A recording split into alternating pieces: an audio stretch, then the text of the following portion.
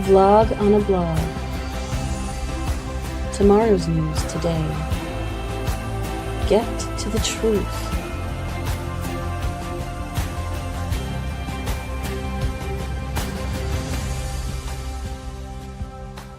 Listen, learn, live.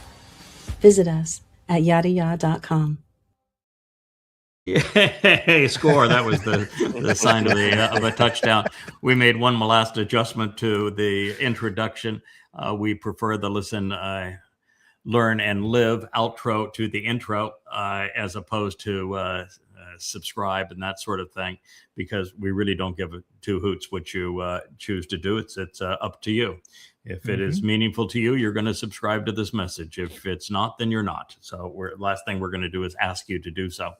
But we will encourage you to listen, to learn, so that you can continue to live.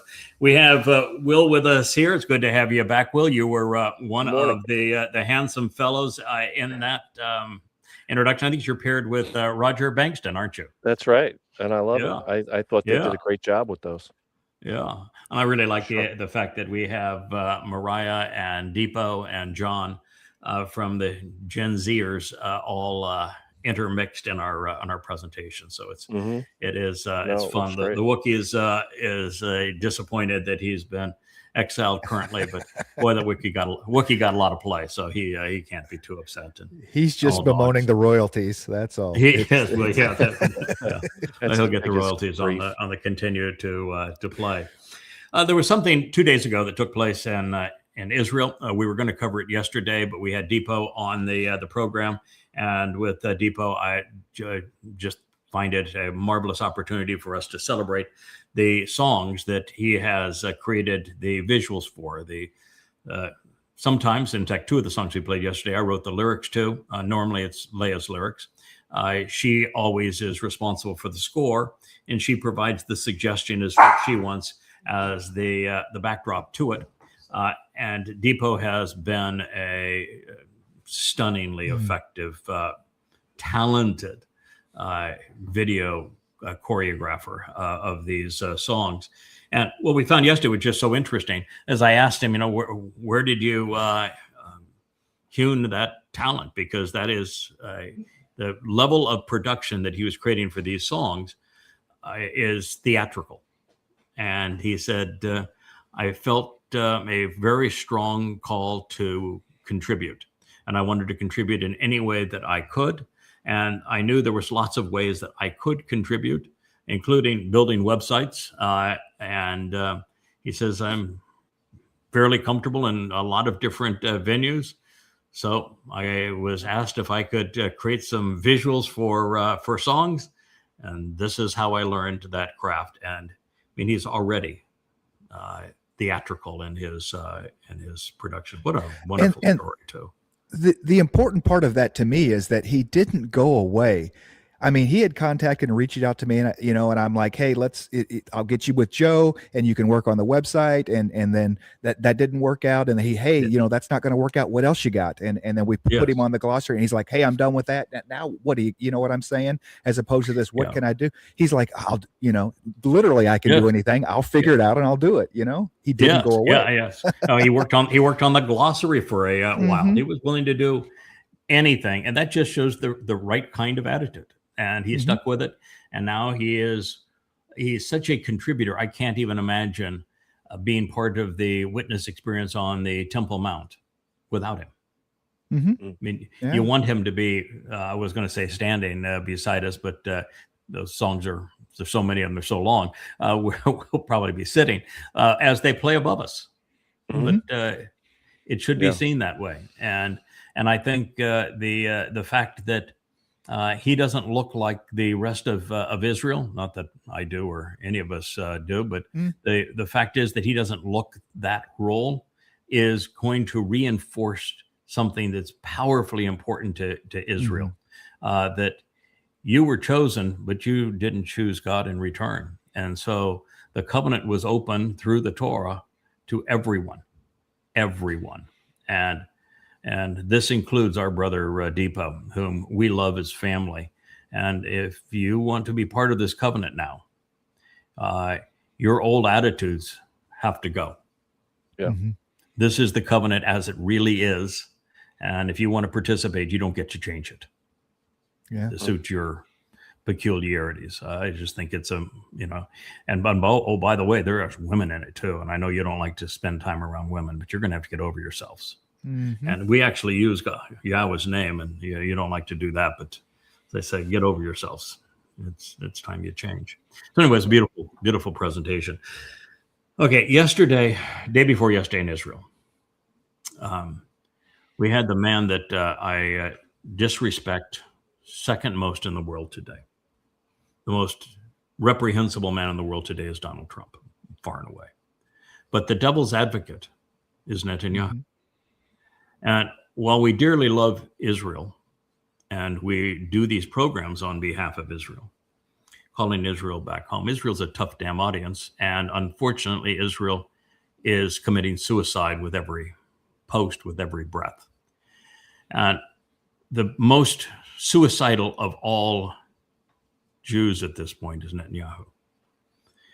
He is in this endless march of war, as if death somehow is going to become Israel. Mm-hmm. He decided to do as I knew he would, try to recover from his utter failures on October 7th of 23. By invading Gaza and destroying Gaza, he destroyed Israel. Mm-hmm. That's right. He did not destroy Hamas. And he never did go after the actual foe, which is Islam. He simply destroyed Israel. He didn't commit genocide. There's more Muslims in Gaza than ever before. But he might as well committed genocide of Jews, because he galvanized the entire world hatred over Israel for what he did. And now that we are on the precipice of having the world's economies and even food supplies tragically compromised because of his ongoing desire to re-engage in war with Iran, the world's going to double down on him. And they're not going to double down on him, isolated him. He took all of Israel with him. Mm-hmm. And unfortunately, he is very difficult to oppose in Israel because they have the godforsaken parliamentary system, which is the system of bribes. Parliamentary, what they would call democracy, I won't call it democracy, is the worst system. I think it's worse than even having a monarch. And that's because the voters don't actually vote for men or women. They vote for political parties. And you can see just how violent the shifts are. Like in England with the parliamentary system, Starmer's party won with 2/3 of the vote. And 2 years later, he didn't have even 10%. That kind of swing is just shows you that there's no substance to any of this. Mm-hmm. And in Israel, what happens, because there are some 12 different parties, you're all assigned, based upon the number of votes, you're assigned seats in the Knesset. And those are called mandates. And so each vote totals some number of seats. And because Israel has two very large, exceedingly inflexible minorities who vote like it was a religious duty, like they're ordered to do so. There's no democracy in it, it's religion. And that would be all of the anti-Zionist religious parties, the ultra-Orthodox parties, the Haredim and the ultra-Orthodox parties surrounding them. They collectively represent a little more than 20% of Israel. And then you have the Muslims that represent, and they have parties, there's Israeli Muslims, and they represent a little over 20% of Israel. And so you cannot offset in a parliamentary system a bloc that is bribed to support one candidate, one political party. They are bribed into supporting Likud because Likud has done a deal with the devil. They have said that they will take Israel down to allow the Haredi to be parasites, the Black Death of Israel, the Black Plague, such that they are not only exempted from defending Israel in the IDF, but they're paid enormous amounts of money to opt out of Israeli society. They lie about being Torah students. They're not Torah students. They're Talmud students. They wallow in rabbinical rubbish all day long. And they're paid to be useless. In fact, useless would be a favorable thing. Parasites are not useless. They're counterproductive. But they are literally paid to remove themselves from any potentially productive role within the society. They don't teach them math. They don't teach them sciences. They don't teach them languages like English. And so they're only schooled in rabbinic rubbish all day long. And therefore, they're prohibited from being productive. They can't be around women. Their diet is so restrictive that they can't be integrated into any functional system. Everything to them is a rule, and they play holier than thou with their goddamn rules.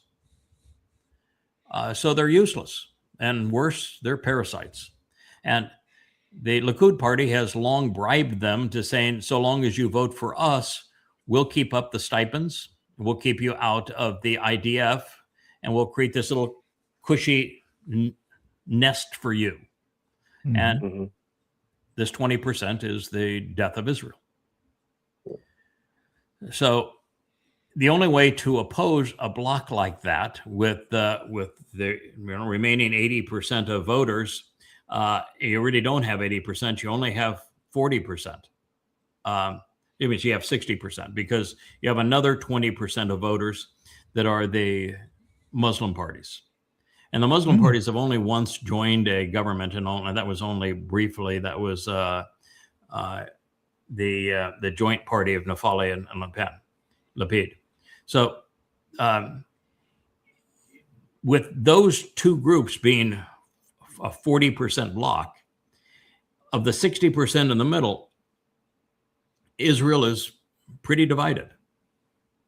Divided between moderates and left and far right. And so there is really no way to get enough votes to have the 61 mandates to elect a prime minister without the Muslim votes if you're opposed to Netanyahu's bloc. And those that are in the middle in Israel and move towards the right aren't going to tolerate a government that is with even the most moderate of the Muslims. Although Netanyahu, one time when he couldn't form a government, tried to woo them into his camp. So it's not like Netanyahu has any credulity in this response, in this respect. So it puts them in a very, very difficult position. Now, most recently, there has been a massive, this was 2 days ago, a massive shift in Israeli polls. And it's because Netanyahu did something that only a psychopath can do. He mocked a man who lost his son in a war that he himself had caused. The goal. And so this is Eisenkot, who's right now his lead contender, who was their defense minister, general in the IDF, considered a pretty decent human being. He has, the charisma of wallpaper, but he's a decent human being, and that would be a huge improvement over Netanyahu. Unfortunately, he is in favor of the two-state dissolution of Israel, so he is a libertard. And he's not electable without RAAM, the United Arab coalition. And with them, he can't get any center-right votes. So it's a real mess. I don't know what happens other than if they can't form a government, the current government just continues until they can form a government. And the only way they're going to be able to form a government is they'll have to have everybody on the opposition. And then even then, it's not tenable because it will break apart as the Lapid Natali government did not long ago. Only lasted 2 years. So this is where we are now. The thing that caused the massive movement in Israel is just to show how despicable Netanyahu is in this ad. That's an AI ad that he created, and what it shows, and we'll play it here, is that it's Eisenkot's son died in Gaza, and he lost 2 nephews also in Gaza, while Netanyahu is the one who not only necessitated the war for being asleep on 10/7 and for coming up with a plan that was disastrous for Israel. His son was off suntanning in Florida. And he was empowered solely because he protected the ultra-religious from having to serve. And yet he had the audacity to create an ad that has him walk by and past and through his deceased son to embrace the moderate Arab party in Israel. And every Israeli that has seen it, apart from the brain dead like Vivid, who's a major poster, pro-Israel poster that is probably the most damaging person online for Israel, wants to vomit. So we can show it if you've got one that plays here. Here he is.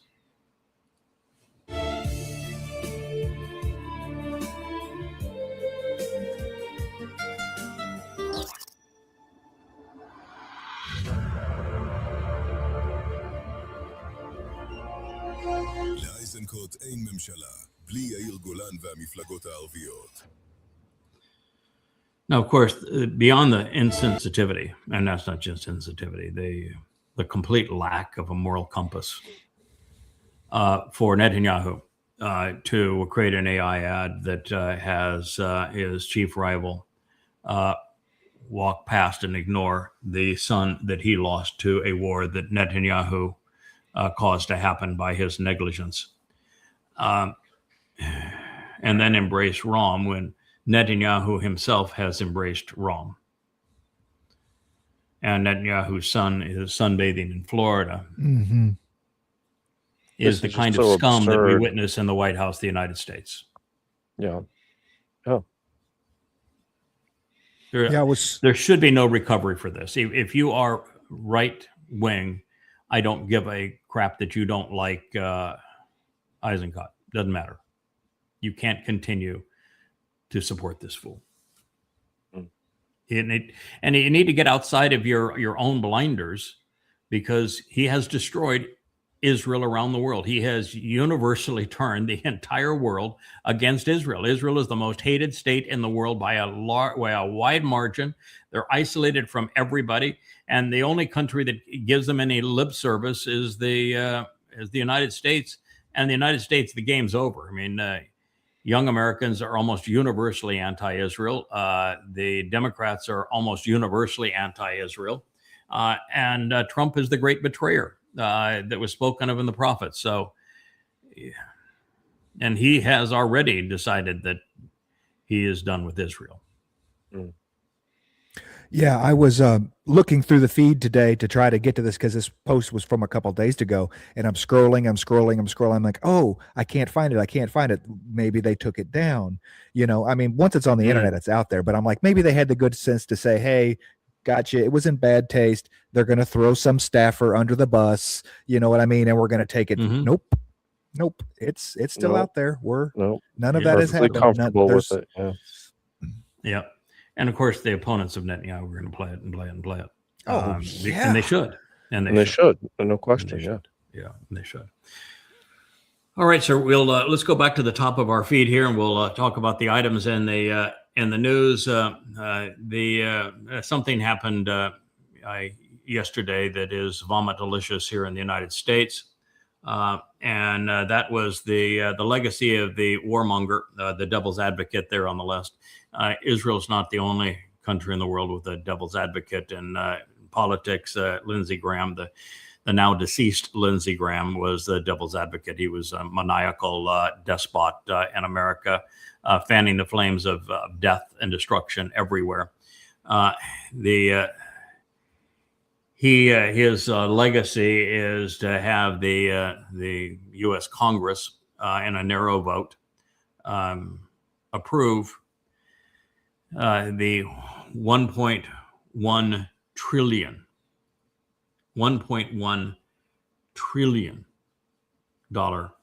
defense appropriations bill. There was the longest time that the Department of Defense was $200 to $300 billion, and still it was about 80% of the entire world spending was the United States, and it jumped up to $400 or $500 billion, and it was $600 billion for a good long time, and now it's 1.1 trillion for a country that is 40 trillion in debt, and that has just started a war that they cannot end, that is destroying the very petrodollar that is underpinning this deficit, so that this piece of shit here with the gold tie has destroyed the country in doing this. But the thing that pisses me off more than anything, did you guys see Hexeth, the asshole, as he was in the U.S. Senate, and the way that he responded to Congressman as he pleaded for the $1.1 billion? Yeah, so well, I'm going to tell you, I don't think I've ever seen a bigger asshole. And he was just. I would have expected better of Satan. That is the most obnoxious scumball on the planet. And so here he is lying about every which thing. If you don't vote for this, then you want Iran to have a bomb. No, asshole. Iran didn't have a bomb and could have had a bomb at any time over the last 20 years and chose not to have a bomb. And the only reason they're going to have a goddamn bomb is because you have bombed them a second time. And the only way they can keep you from bombing them a third time is to have a bomb. So you forced them into having one. You haven't kept them from having one. You are the problem, not the cure. And then they all bellyache about the Strait of Hormuz being closed. Well, it wasn't closed before you started the second war with Iran. These pieces of shit here, I mean, just absolute human excrement, are doing everything that is counterproductive and then blaming everybody else for it and say, if you don't go along with them, then you're in favor of Iran having a bomb.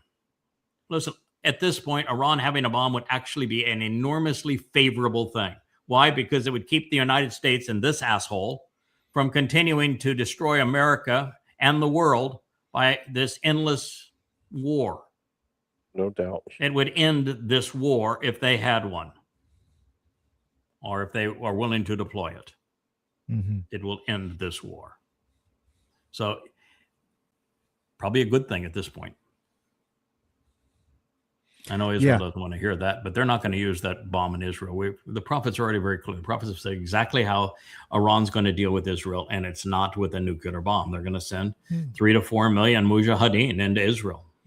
You can read it in Yoel, you can read it in Yashaya, you can read it in Zechariah. They all tell the exact same story, and it's of Jewish women being raped, Jewish men being bludgeoned to death, 2 out of every 3 Jews dying by thugs jumping through windows to enter their homes. That is not a nuclear bomb.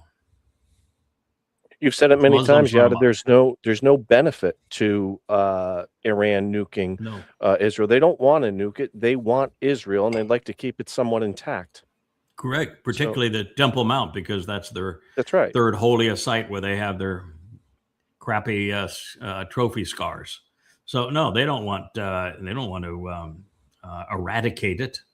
They Yeah. just want to exterminate Jews. And Strategically, they don't need a bomb, but like to your point, now with what Trump has done, he's cornered them into okay, now we have to have a bomb. now they have to have a bomb. And the high likelihood is they already have a bomb and probably have an arsenal of bombs. And they're really only in this now debating how do we go about this? Do we deploy it underground and show we have a bomb? Big deal. The United States, this piece of satanic garbage here would go ballistic. Do they use it where it would count over America's fleet? Mm-hmm. Which would be completely appropriate for Iran to do based upon what America has done. And that's the message. And then what would Mr. Satan here do under those circumstances? Or do they use it in one of the Arab fiefdoms, the Sunni fiefdoms that have been so hostile to them and so supportive of the United States and the petrodollar system that is trying to rip Iran apart? And listen, I'm not advocating for Iran. Iran is an Islamic theocracy. There's really no difference in my view of Iran and any one of the other 55 Islamic majority countries. I am the foremost expert on what's wrong with Islam. You can read my 5 volumes of Goddamn Religion. They're free at yadayah.com. I know more about Islam than anybody alive in this world by a long shot. And I know how reprehensible it is. And so I would be opposed to all 55 Islamic majority countries. So I'm not advocating on behalf of Iran, but I can tell you what Israel and the United States have done to Iran and to themselves because of what they've done to Iran and to the world because of this is just dead wrong. And there's no solution for it. And so we're now in a position where it's going to, it already has ignited a regional war, and this piece of shit just keeps on doubling down. Yeah, and it is POTUS after all. If you just lowercase the T and the U in POTUS, you do have POS. So I'm using the term correctly. Yeah. Last night he on his Truth Social account put something out about if Iran attacks one more tanker, for every tanker they attack, we're going to attack a bridges, power plant, and other civilian infrastructure. Iran comes back with, oh, hey, on their official Twitter page or whatever, comes back and says, oh, hey, by the way, did you know that these 4 power plants, there's 2 in Saudi Arabia and 1 in UAE and 1 Kuwait, they are directly linked to U.S. American bases. They supply critical electricity for the attacks that are being done on the United States. Pretty much wink, wink. Hey, these 4 power plants in the UAE and Saudi Arabia are now targets of ours. Thank you very much. Yes, thank you very much. Yeah, and Trump will say if they attack another ship, then we will double down and attack them far worse. But they're not attacking any ship that doesn't violate the memorandum of understanding. The memorandum of understanding is that the passage through the Strait of Hormuz is controlled by Iran. That's what it says. You should ought to read it. I understand there's nobody that's literate at Fox News, and they are blaming the Iranians for violating the agreement. That's just not true. There was a procedure for transportation outside and into the Strait of Hormuz, and the memorandum of understanding ascribes all control of the Strait of Hormuz to Iran. And so the United States, just because he is a piece of shit, decided that no, they would be big time operators and welch on the deal that he had signed and try to bring sneak tankers through an Oman corridor. And in the Oman corridor, the Iranians did exactly what they said they were going to do if they tried to do this, as opposed to honor the deal that they had made. And so they attacked them. But the terms of the agreement were countermanded by Trump, not by Iran. So He is just a piece of shit. This is Satan incarnate right there. His devil's advocate is now dead. The world's a better place for that. And 7 years from now, Trump will not have the luxury of being dead. He's going to be sent off to Sheol for a very, very, very, very long time.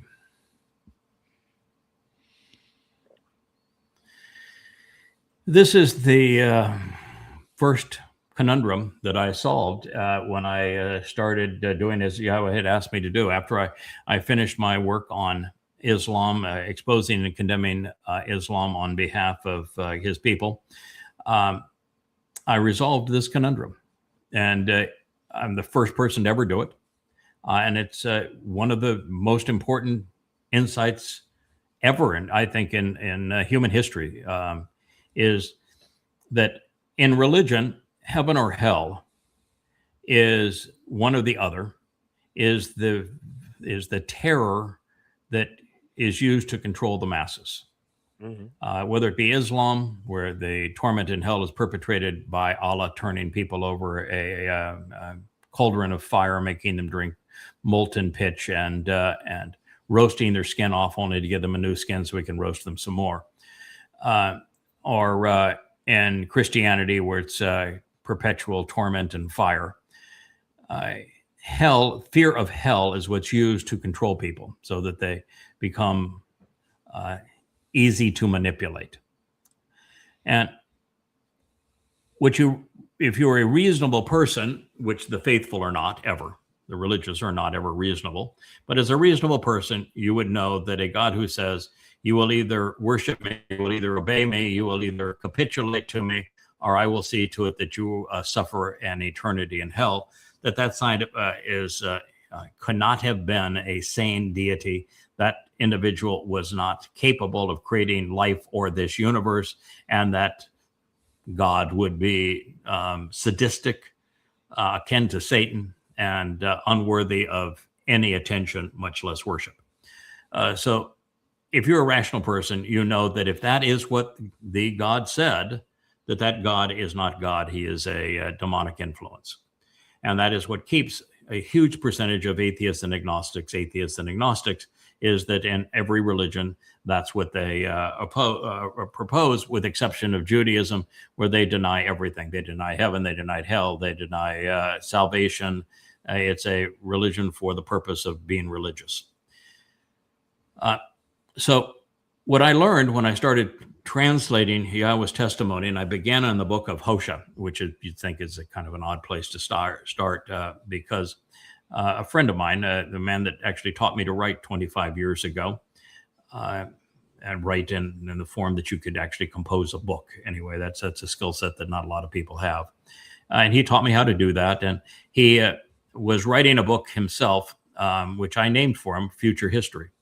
And in that book, he began with a analysis of the book of Hosea. And he asked me to review it. And I said, well, okay, I'll do so. So I decided I would go right to the core of it and see if I could understand it from the Hebrew. And that's when I began to translate. And I've probably rewritten my translation of Hosea now 15 times over the last 25 years.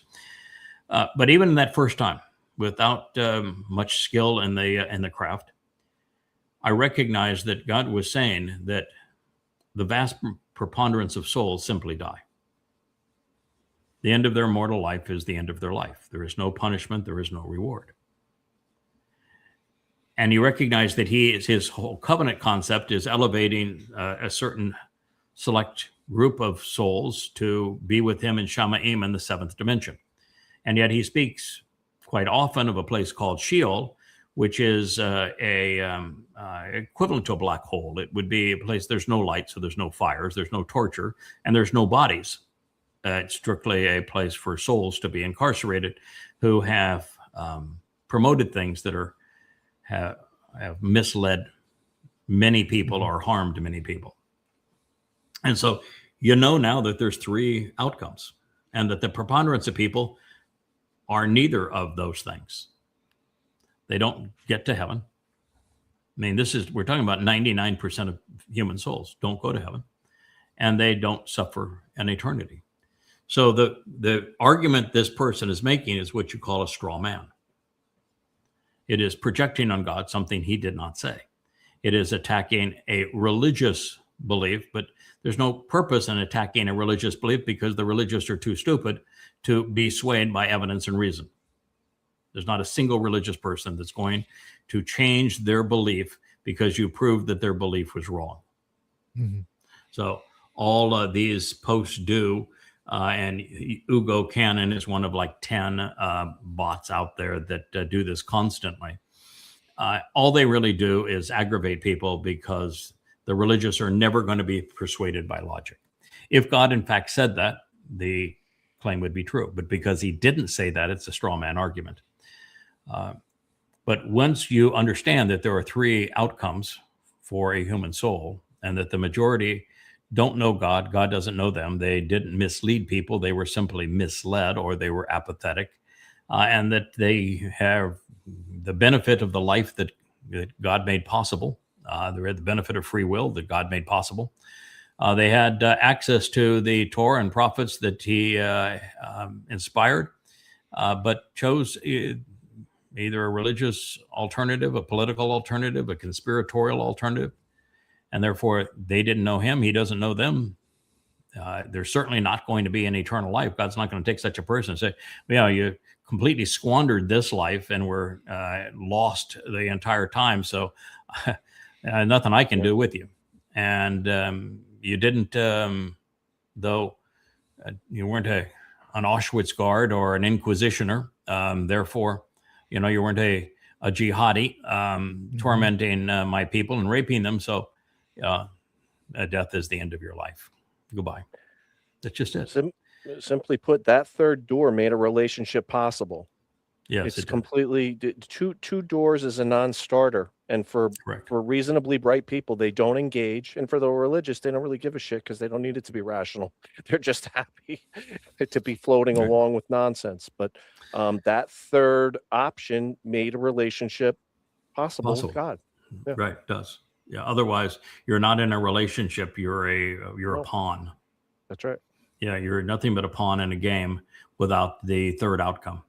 Mhm. And I came to recognize it 25 years ago, and it was something that no one else had ever perceived, no one had ever written about, no one had ever And it's promoted. still among No the one most profound, Yada, Yeah, of all the still things. is. I mean, Yeah. it really sets the whole thing in motion to get going and embark on a relationship with Mhm. Yahweh. Because if you don't have that, well, it's not really worth it, right? Yeah, it is. It was a door that opened up everything to evidence and reason. From that point on, you can think your way through every eventuality and every opportunity that God provides based upon that knowledge. And it was sitting there in the book of Hosea. Now, the primary theme of the book of Hosea is important for Israelis to know. And that theme is that Hosea was asked to marry a religious prostitute. And the reason was that God wanted empathy. He wanted Hosea to have an appreciation of what he had endured up to this point with Israel. And that would have been from year 2000, and all the way up to Hoshea's time, which was 700-ish BCE. So from the very time that he engaged with Abraham and Sarah, through Yishak, Rebecca, all but Leah, but certainly Rachel, Jacob and Esau, and all of their sons, they were obnoxious. And it went worse from there. I mean, I'm dealing now with Hosea in the 10th chapter, or Isaiah in the 10th chapter, and he's writing this travel log as to how we get to the Choder. And every word that he brings up is right in your face, Israel. This is who you are, and it's really nasty. So in the book of Hosea, Yahweh is telling Israel through the prophet Hosea that your religion, your propensity to be religious, has caused you to be completely unappealing to me. You have broken the covenant, and the first condition of the covenant is that you have to walk away from religion, politics, and conspiracy. And so you have wallowed in religion, and that's not salvageable. I can't fix that. And while you're religious, I can't even relate to you. So I'm divorcing you. This is my letter of divorce to you. I am leaving you. I'm going to heaven, and I will not return to you until you return to me. And that sets up the entire story, because the return is only with the remnant. There's two ingatherings prior to that, Shabuah and Teruah, one in about 10 months and the other 7 years. And then this final remnant, and that's all that returned to Yahweh. And so, Israel posters like to have, well, Hashem has our back. No, he doesn't. Mm. None of your back, none of your side, nothing. He is, at this point, all he is angry and disgusted at you because you become so religious and so political. So that's the principal theme of the book of Hosea. It's the divorce decree between Yahweh and Israel. Now, because he divorced Yahweh and Israel doesn't mean that he went and found somebody else. Israel is still his chosen, and he's going to wait for them to return and choose him back in return.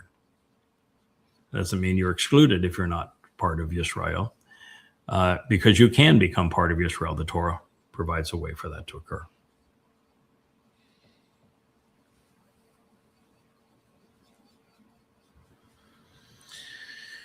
Oh, let's play just a little bit of this.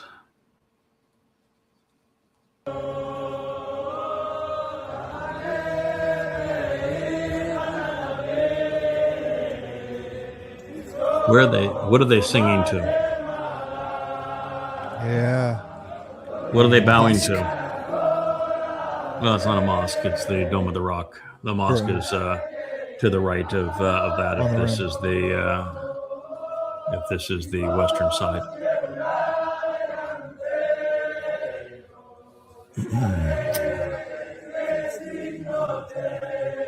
Religion's a cancer. God looks at those feminized religious men there, and all he can say is, I'm disgusted by you. Those will be some of the first eradicated on Teruah, when God gets rid of all religion. And the religion he hates most of all is Judaism. He hates Christianity and Islam too, but Judaism is the mother of those other religions. That dome will come down in 4 years. And it's a reprehensible story that caused it to be there. And it flows out of Muhammad's satanic verses, where he put 3 goddesses that were part of Kaaba worship into the Quran, Alat, Manat, and Al-Uzza. And when his father-in-law, that's kind of an odd term for Abu Bakr, because Abu Bakr was such a creep that he tossed his 6-year-old daughter into bed with Muhammad and shut the door. When she's 6 years old, and at the time he's 66. So he's quite the creep. But he complained. He says, you were promoting a monotheistic religion, and now you've just taken 3 of the Kaaba's goddesses and included them in, and they actually didn't include them in with all that Al-Rahman and Al-Rahim and the Rabbi, which is my Lord, were gods prior to Allah. But nevertheless, the way it reads now is that Muhammad's excuse was that all of Allah's messengers speak on behalf of Satan. That's going from the frying pan into the fire, isn't it? And it is after that statement that Muhammad imagines that he left that next night while he was sleeping in bed with his sex toy. She was probably 9 at the time. And he imagined he got out of Kaabaville on a flying donk mule. So now, if you think asses have wings and can fly, then you might believe Muhammad's story. And he flew, of course, to Jerusalem because he couldn't get to Allah through the Kaaba, which was in Petra at the time. So he had to fly to Jerusalem to meet his wannabe God, because gods, I guess, only hang out in Jerusalem. And he landed the donk mule. He said that such that he was could meet with all the big shots in the temple, but the temple had been destroyed 6 centuries earlier. And then, of course, he had discussions with all of the bigwigs of Torah fame, except that, of course, none of them were around. And he began his journey to visit Allah in heaven by going through hell, where all the inhabitants were women who were being tortured. And he then, goes up to Allah, and all he gets from Allah is, "I want to be mooned 50 times a day." It's ludicrous. And this piece of crap boil here that will be lanced is supposed to be over the hoofy print, as the flying ass leapt through hell to visit Allah. So it's an utter embarrassment to Islam, and yet there's not one in 1,000, maybe not one in 1,000,000 Jews that knows the story, and so they don't tell the story, so they pray to the damn building. What the hell's wrong with it? And this is so weird. This Yeshai Fleischer, right? You can't stop Jewish Jerusalem from being rebuilt because Hashem, Allah, will it. I mean, Yes. Talk about your amalgamation. I didn't get that. Yeah, I'm glad you pointed that out. I noticed it, and I when I posted this, and Hashem might as well be Allah. Hashem is Satan. Yeah, Allah is right. Satan. So he got that part right, not the way that he meant to get it, but he did get Right. that right. That Allah is Satan. When you study the Quran, it's the only intelligent conclusion, because he spends all of his time in hell torturing people. And the Quran has entire surahs that are devoted to Satan and to demons. And Muhammad is demonic. So it clearly is Satan. And if you don't think so, then you go to yadayah.com, you read the 5 volumes of Goddamn Religion, and you'll be convinced before you're even through the first volume. Now, Hashem is one of the great tragedies of Judaism. It assures that every practitioner of Judaism is excluded from heaven, because the negation of Yahweh's name is unforgivable. That's what he wrote in the third statement on the first of the 2 tablets, is that the negation of an erasure of his name as Yahweh is unforgivable. So rabbis excluded all Jews that believe them from heaven and from Yahweh. And they replaced Yahweh's name with Hashem, which is the name. It's one of the great travesties, one of the great crimes that has ever been permitted. And if it wasn't for that crime, there would be no Christianity, there'd be no Islam. So that crime not only cost Jews access to heaven, it created their 2 most villainous foes. Yeah. And these, And the rabbis today have Jews around the world celebrating their Choli Day of Tisha B'Av, right? Tisha B'Av, Where the- exactly. 25 days of That's right. fasting, or 25 hours of what the. Oh. Literally, Think about the Do they- consequence. destruction of all their tragedies. Yes. Create a national holiday to celebrate or Oh, yeah, our memorialize our all our tragedies. tragedies. And Yeah. who's responsible for those tragedies? the Jewish religious are responsible for all of them, and Jews themselves and their opposition to God. So, yep. Good luck there, pals. You are completely and totally inept. Oh, this is a dignified. President Trump attends a dignified transfer of 4 Don't you pages. just love that dignified transfer? A dignified transfer. He's got Hexeth, who is a piece of shit. He's Satan incarnate. And this is a dignified transfer. Listen, there is nothing dignified about dying based on a lie for nothing. Yeah, dignity for who? Yeah. None of the people who have died thus far in this war, or who died in any of America's war, died defending America. I'm sorry, but you just didn't die defending America. None of you. There isn't a war that America's military fought to defend America. You know, You didn't fight World War I to defend America. You fought World War I to defend J.P. Morgan and his investments in the UK. You fought the Spanish-American War because of American colonialism and imperialism. You fought the Revolutionary War because the likes of Sam Adams and John Hancock were running competitive tea smuggling operations, and they wanted to get rid of the British competition. I mean, this is the truth. Yes, I can understand the Japanese bombed Pearl Harbor, but they bombed Pearl Harbor because of the stupidity of America leading up to the statecraft of America leading up to that position, and the double stupidity of leading all of those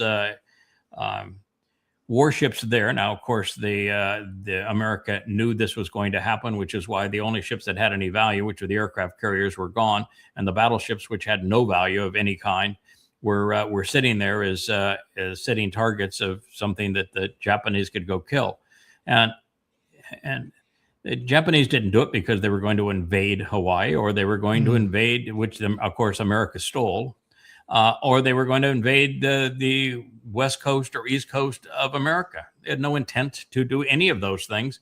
So sending people off to die, hundreds by the 100,000, wasn't to defend American freedom.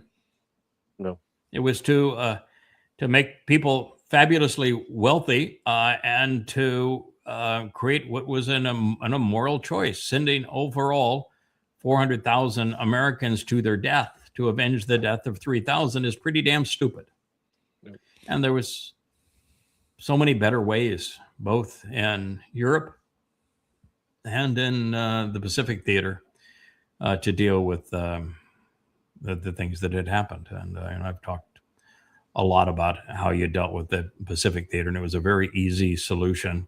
And we just chose to sacrifice American soldiers as opposed to do it the intelligent way. And the same thing was true with hanging in Great Britain for 2 years and then sending men into the teeth of the German resistance.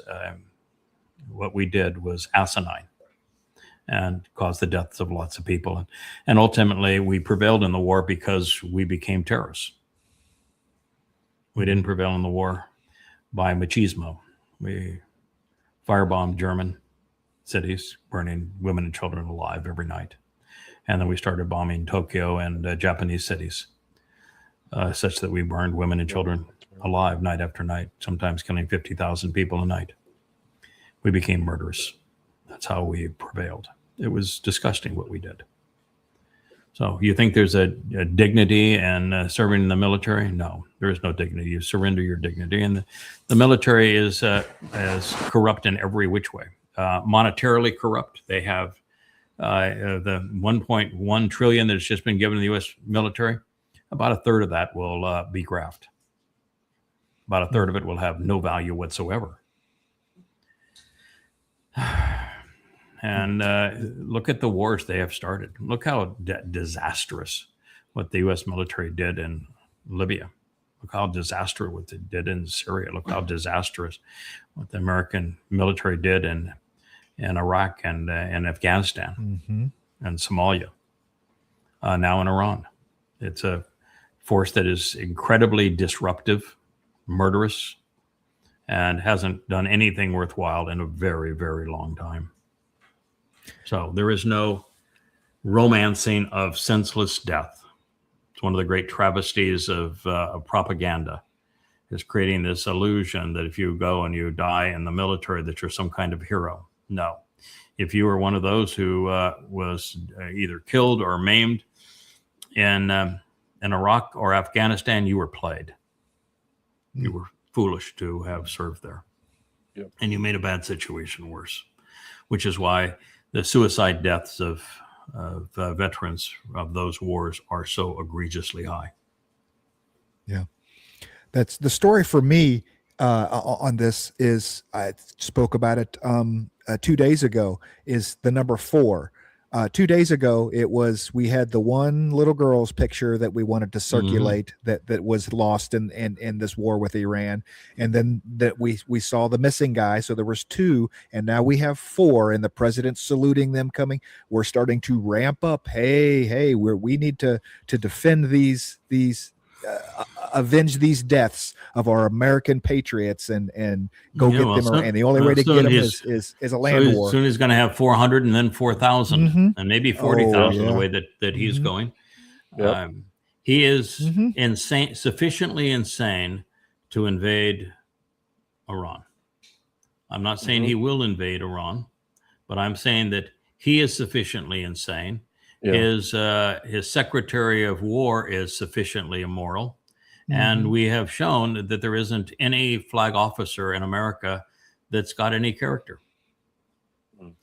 So they'll commit war crimes. They'll sacrifice the lives of others so long as, well, they're home safe and have these fancy homes given to them by the government and fancy airplanes to fly around in and chauffeur-driven cars and big stipends and the like. They'll continue to support what is literally insane. There's nothing dignified about any of those people standing there. No.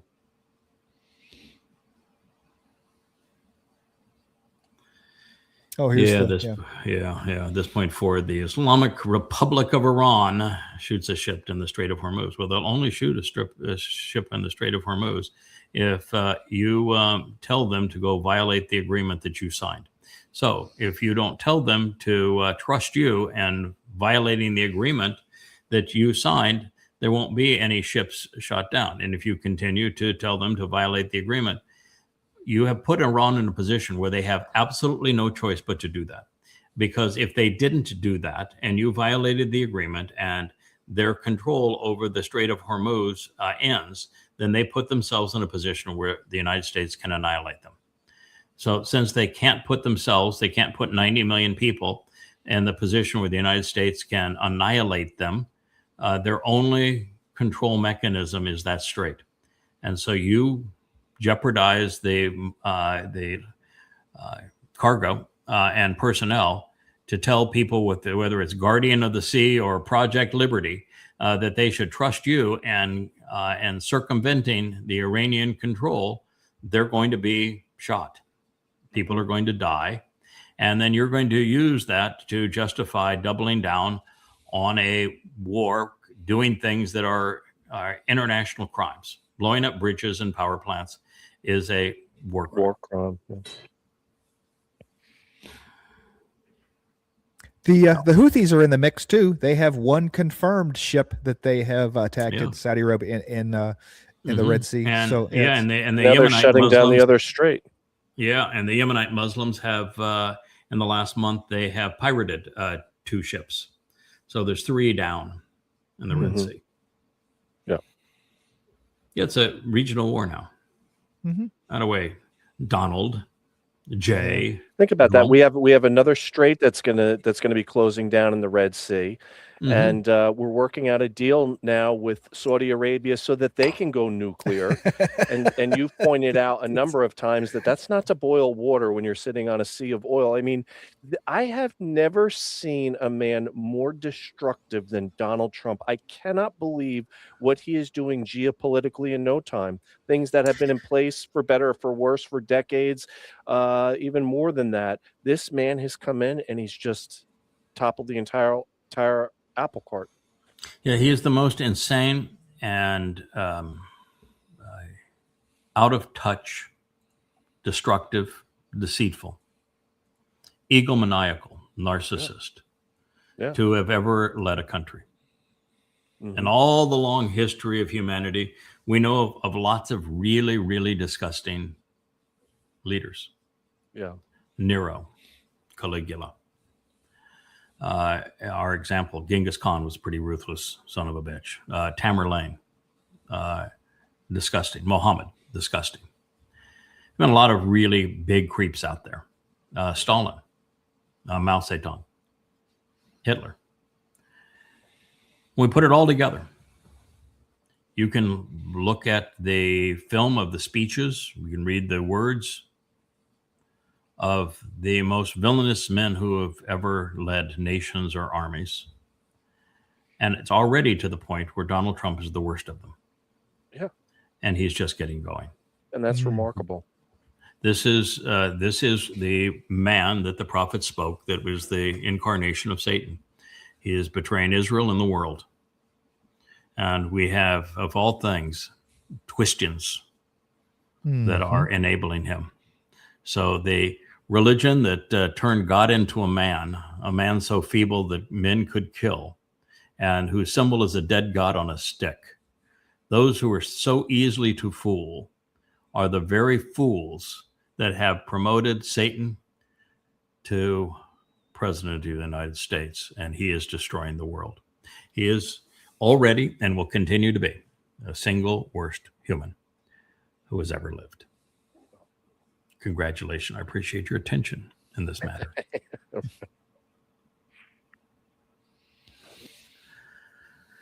When created, now this is just silly. I mean, how could you not know the answer to this question? If Adam died at the age of 930 years, which is interesting because that's Noah's time as well, but he was not born as a baby. It was created as a full-on adult. Yahweh can do that pretty regularly. It's something that he's pretty good at and has done it a bunch of times. Then if he was created, so what did they use to start the count? So you think you have to have a pregnancy to start a count? I mean, if you go and you go build something, you go build a house. Do you start your count when the wood for the house was a seedling, or do you start?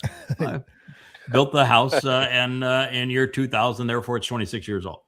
He conceived Adam, who, by the way, wasn't wearing a dress. He was not transgender. And the truth of the matter is, he was 6 years old. He had been in Eden for 6 years when Adam was moved out of the garden for failing to listen to God's instructions. It's that story, same thing. Listen, learn, live. He forewent the first two and lost on the third. Fortunately for him, God cared for him more than he cared for God, and he's been given second, third, fourth, fifth, and sixth chances. But this is really pretty stupid. So vivid. Prime Minister Benjamin Netanyahu today, together with God's help, we will ensure the eternity of Israel. Bullshit, pal. Vivid is just the most reprehensible force on X. He is the most popular poster of propaganda on behalf of Israel, and every post that he posts is destructive of Israel, without exception. This is the man who single-handedly destroyed Israel's reputation in the world and isolated Israel, making it vulnerable, so that the state of Israel has been checkmated. It was checkmated in the Memorandum of Understanding. Checkmated. That means you lost. The game is over. You have no alternative. There's no play that you've got left, Israel. You've entered the time of trouble, and this man has blood on his hands. He is the one most responsible for the demise of Israel. And Vivid, you're out there promoting him. I mean, you are just a scoundrel. It's 1,000 shames on your house. And by the way, you do not have God's help. I know him personally, and he's disgusted with you.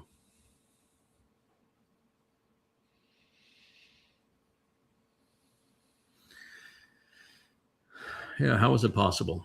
Dr. Maloof asks, how is it possible? How in the hell does a city that faced the largest Islamic suicide bombing, world history, vote for a Muslim mayor?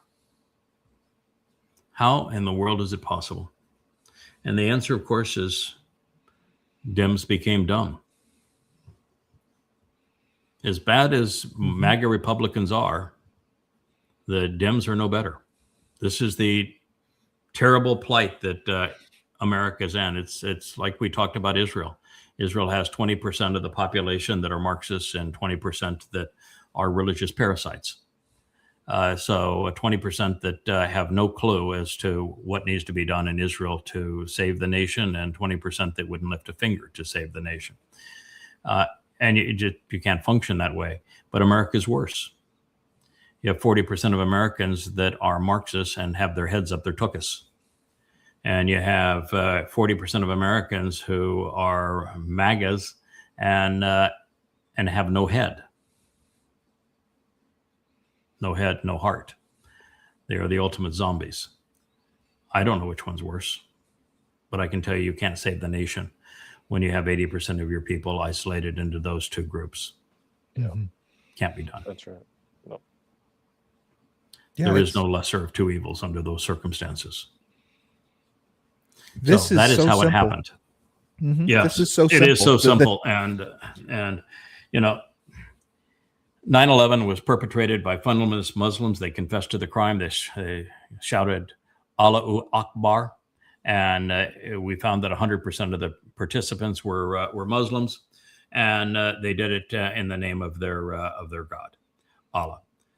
There's no question whatsoever about it, and they did not corrupt their religion. Islam is a death cult and always has been a death cult.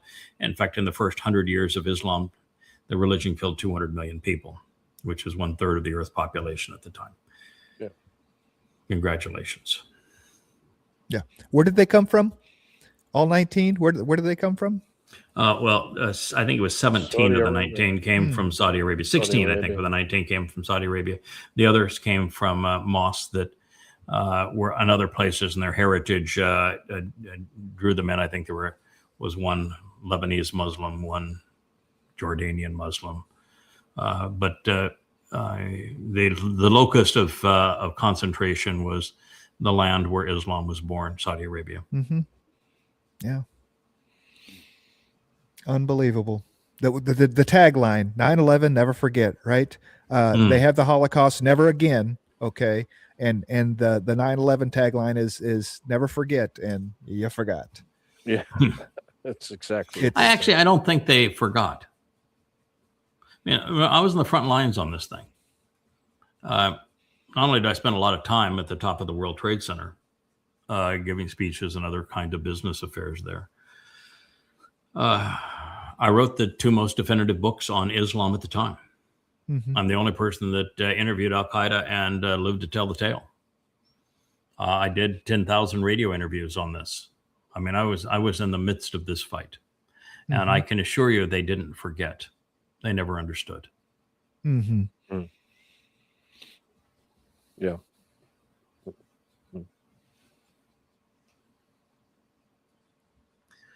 Yeah, this is another POS. A government that puts foreigners above its own people, by definition, is treasonous and illegitimate. Elon Musk, he's South African. Oops. Yeah. The largest immigrant social welfare recipient Welfare project ever. in the- And Yeah, this guy's been put on a pedestal like no other. yes, and whose companies now are either totally protected by or financed by or the product of U.S. government. There is no Tesla without the U.S. government, and them providing $7,500 for every Tesla sold for year after year, and having a 100% tariff on any competition to Tesla. That's the only reason Tesla exists. Otherwise, it wouldn't. And you look at SpaceX. SpaceX doesn't exist without U.S. government grants and payments. So no, he is wholly dependent on the U.S. government, and he is not an American-born individual. He's South African. He's treasonous, by the way. Galatians. Oh my God. Oy. Galatians. Jessamine George, you are a total nincompoop.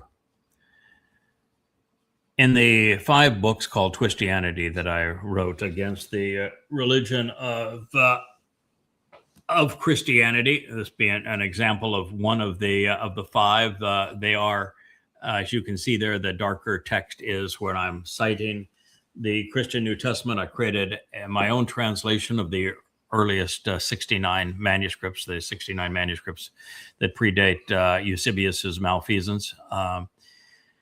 And I have 4 other translations mixed in with them, including the Nestle Allen McWilliams Interlinear, which is the most acclaimed. What I do is prove emphatically, overwhelmingly, and undeniably that Paul lied. And his first letter was Galatians. He wrote the first 14 books of the Christian New Testament. The next 3 were written by his posse, his propagandists. He is the inventor of Jesus. He is the inventor of the religion of Christianity. He admitted to being demon-possessed. And the book of Galatians is an absolute clusterfuck. And that's the appropriate use of the verb. I don't very often use it, but it is the most biggest piece of shit ever written. And I cover every single word of it, and I prove every word of it to be untrue. And you cannot read Twistianity free, all 5 volumes, at yadayah.com and remain a Christian. It's overwhelming, the evidence, and undeniable. All you have to do is to point out 3 things. One is Paul constantly contradicts himself in Galatians and everything else. He uses all manner of rational fallacies, and he never once quotes this Jesus that he invented, that he claims he represents. Never once quotes him, ever. And he misappropriates the very testimony of the God he said authorized him, and he never got a single citation from Yahweh, even remotely accurate, and most of them are twisted to the point that in Paul's words, they say the opposite of what they actually do in the Hebrew text. Yeah. So there is no way to resolve any one of those problems. So if you want to promote Galatians or any one of Paul's letters, you're done. You have nothing to stand on. You have to be an ignorant and a fool to believe Paul over God, because they're in opposite camps. Mm-hmm.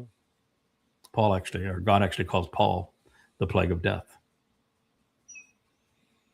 in Chabauk, 666 years before Paul wrote his first letter.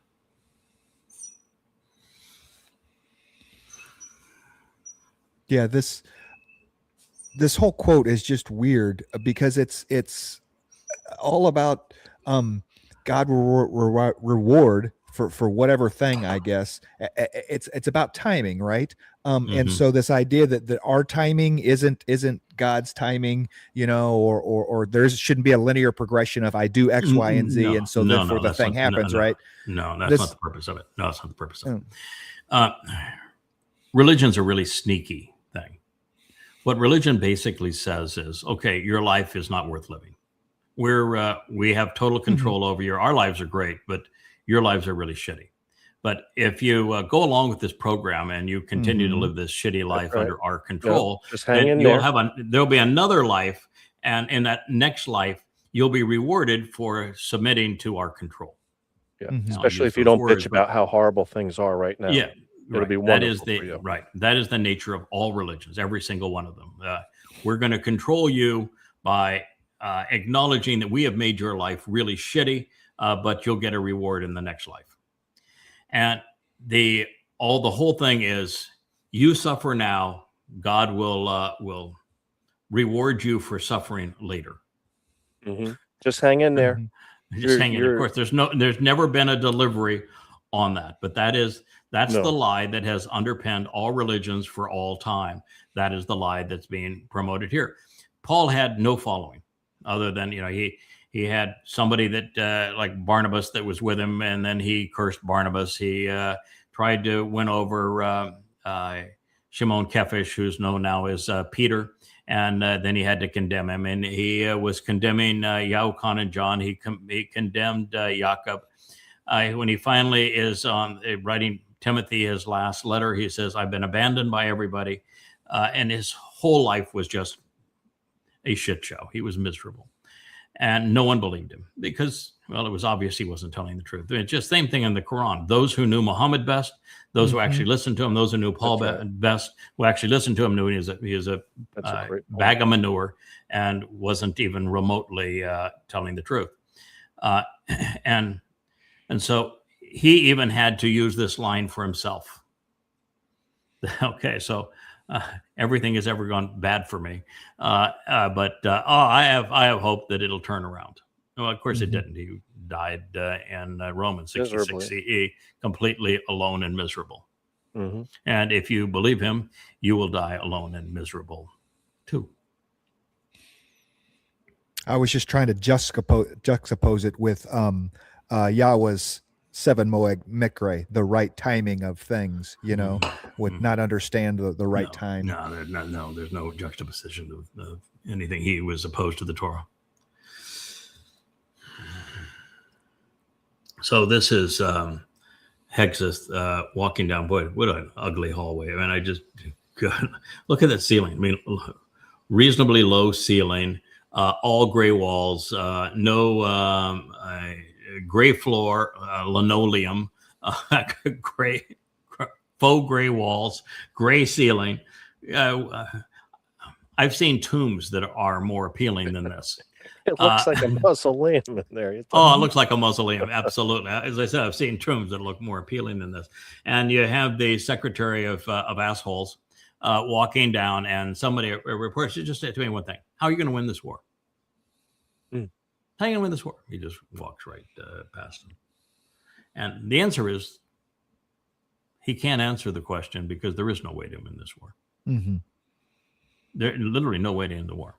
There is nothing America can do to prevail. That's why the 2 agreements, the one verbally that Trump accepted and the one that he signed, were surrender documents. The war cannot be won. There is literally nothing that can be done. And America really has 3 choices: to continue and to destroy the world in the process. World starvation and economic collapse will be the consequence worldwide if America continues the war. Second is to go back to the memorandum of understanding, which is to write a surrender document and agree to surrender. And number 3 is to do what we did with the Houthis. When America lost to the Houthis, we declared victory and sailed away. Those are the 3 options. There is not a 4th. Sorry for the Trump tush talkers at Fox, but there is no 4th option. That's it. And I'm not coming up with this as a Monday morning quarterback. I talked about this a year before the first American bombing, a year before the second. I've been talking about this for a long time because I knew it was inevitable, and I knew that it was an unwinnable strategy. Yeah, it's best option. Just go away. Just pack up the tent and leave. The best option is actually the Houthi option, which is that you acknowledge that we lost a lot of money in weapons systems and airplanes and drones and the like, and we made no impact whatsoever on the Houthis. And so what you do is you declare victory and you sail away. Now, when you do that here, you have a bigger issue because your bases have been destroyed in the area. Your relationships with the Arab fiefdoms that were essential for the petrodollar have been destroyed. The myth that the American military can prevail when it chooses to fight a war has been destroyed. You'll never regain the control over the Strait of Hormuz. That has been destroyed. And you're going to pay dearly for having destroyed Iran. And world economies will be destroyed. The petrodollar itself will be destroyed. So you're not going to be able to walk away and not have to deal with the aftermath of all of this. And so it is the best. It is the best option is just to leave and have and declare victory.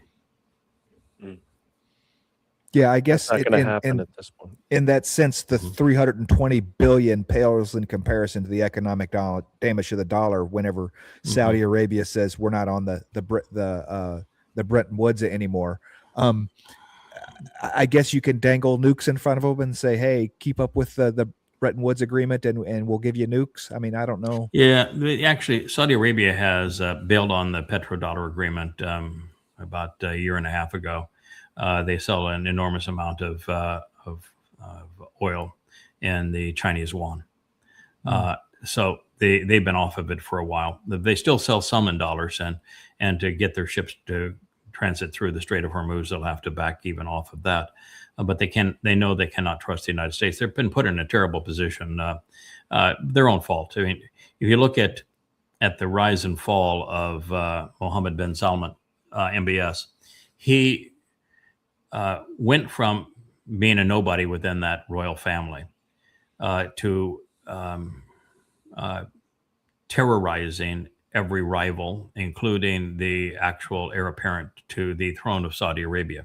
He was the biggest psychopath in that family, and he then played it into a position of power. There were world meetings to solve the Ukraine war, for all crying out loud, in Saudi Arabia. President of the United States and 2 terms in a row goes to Saudi Arabia before any other country. He had positioned himself as a kingmaker and as a serious player on the world circuit. And that's all gone. Now he's going to be lucky to survive his own people and the destruction of his country. So he has really been played for a fool, and couldn't happen to a worse guy. So there you go. But that's true up and down the private estates with flags that are so ruthless in that area. The United States doing this petrodollar deal with some of the worst thugs in the world. Yeah. But that's the United States. We have no morality.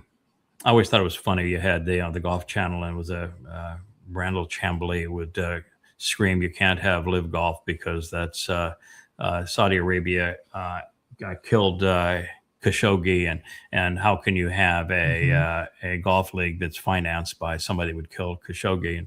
And here he's willing to have a golf league in the United States with a country whose president kills heads of state and bombs little schoolgirls.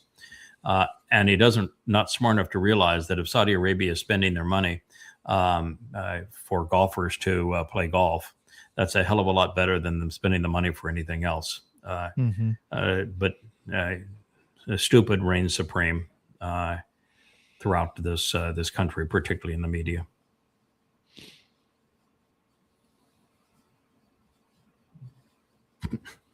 Nobody greater than Jesus. Well, sure. I must be, because I must be. And I have to be, since I killed it. I killed him, yeah. I absolutely nobody greater than Yada. Yeah, so title. I'm going to tell you, there can't be anybody, well, I'm not going to say there's nobody greater than me, because Dode is clearly greater than me, and Yahweh is greater than Dode. But I will tell you that I killed your Jesus. And it wasn't even a difficult undertaking. We sent our number 3 guy to take him out. We sent our number 3 guy. We killed your Jesus. So, you ought not be bragging there. It was relatively easy. I mean, just the bottom line is that you can't create a religion through counterfeit, and everything about Jesus is a counterfeit. It's either counterfeit of Dode, who was the actual Messiah, Son of God, chosen one, and Savior, who fulfilled Passover by being crucified in 33 CE, and you just stole everything that he did. And then you stole ever more from Dionysus, the Greek pagan god, who was the model for resurrection and rebirth, and birth as a baby god on Christmas, and death during the vernal equinox. And so with Easter week, you even took the Easter name from his mother, the pagan goddess, the mother of God, the Queen of Heaven, Ishtar, which was Astarte. So everything about Christianity is a fraud, and it's exceedingly easy to prove. The 5 volumes of Twistianity. I killed Jesus, and I left nothing Nothing. There is not a shred of credible evidence that can be marshaled in favor of the myth.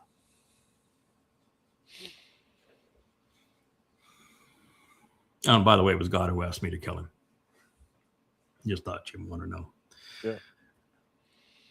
Yeah. Angel, welcome to heaven. There is no more sadness. Oh boy. And me. What about the ones that didn't make it? That didn't come with me. I'm sad for them. Well, here's the deal. You're not going to have a body in heaven. There's no gates in heaven. It's a 7-dimensional construct. So the moment, so long as you can't get beyond your body, and this guy, he's all about being black, and he wants the numbskull to be white. So he can't get beyond skin pigmentation.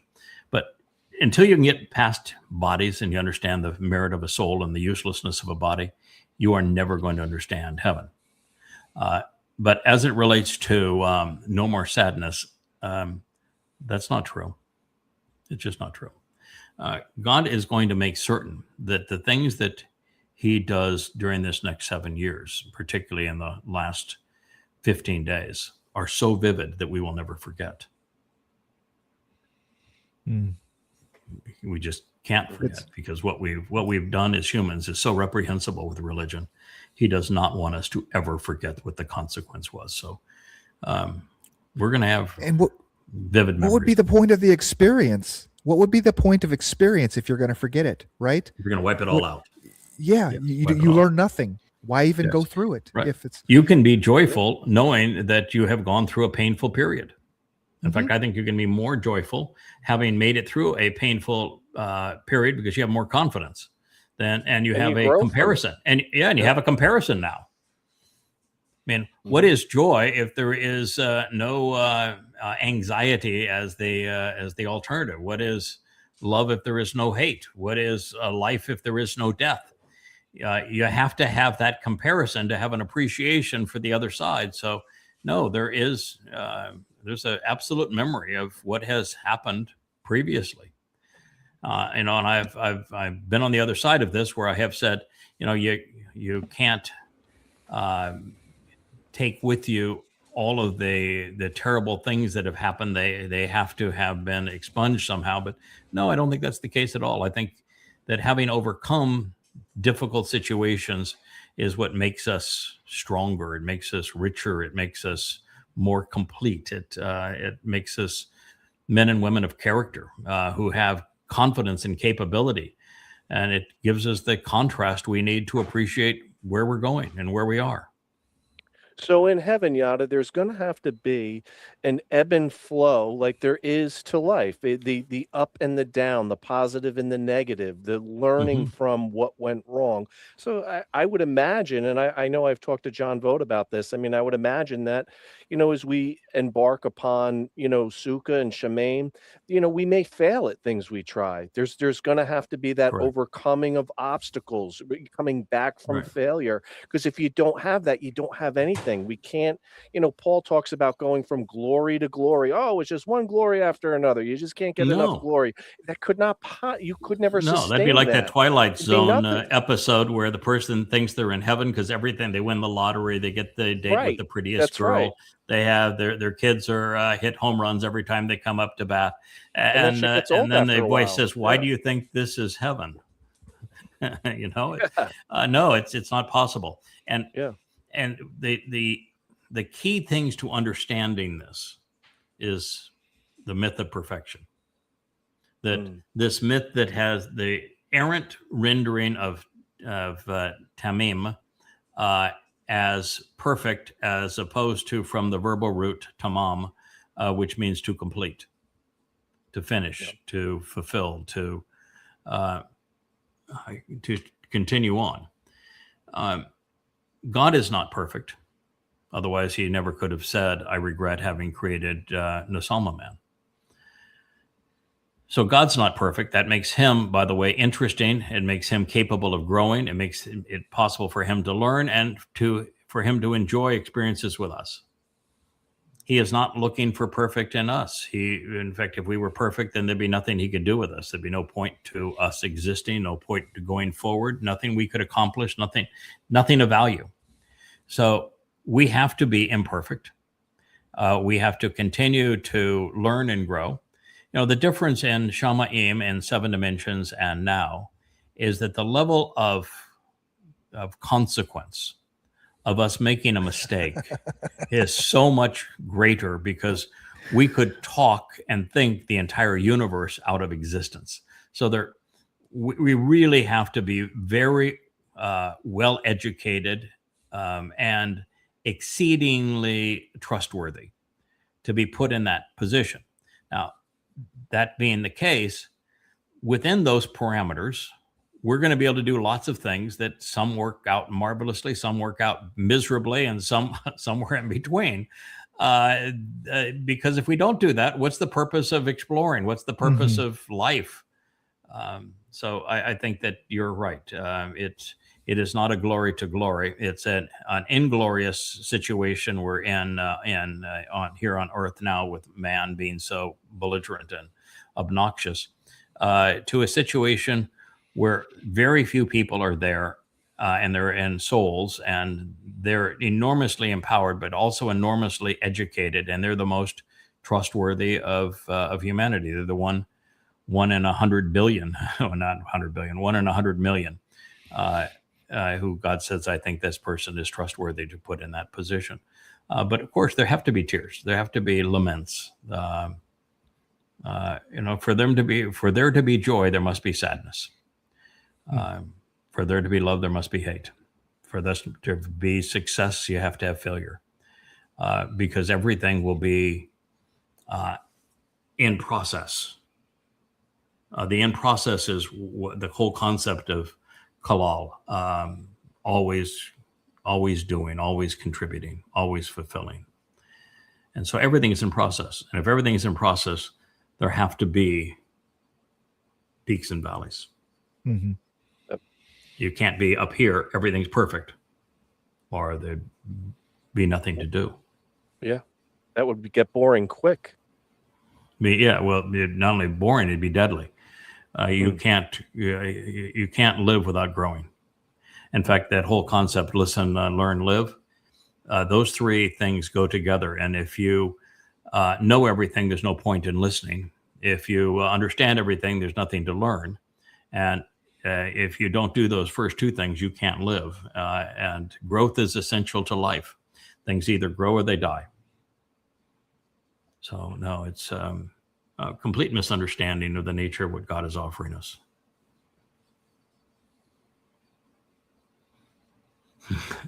So they're marching in the streets of the UK.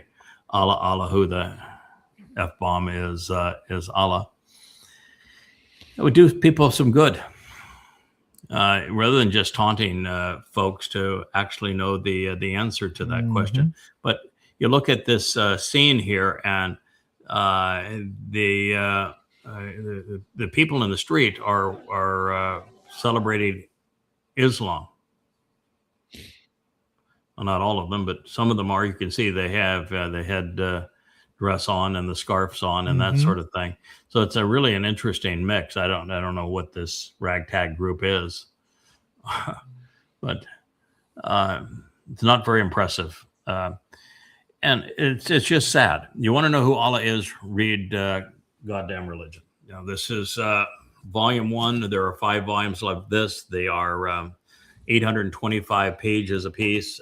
In these books, I cover everything that can be known about Muhammad, about Allah, and about Islam. There's literally nothing that you can know about Allah and Muhammad and the inception of Islam from the Quran and Hadith that I do not present in those 5 volumes, and they are irrefutable. I base the entire case against Islam on Muhammad's and Allah's words and deeds. And I prove that Allah is not a God and Muhammad's not a prophet. And as a matter of fact, they are far worse than just not being those things. They're the antithesis of those things. So rather than chanting, fill your brain with some information that's useful.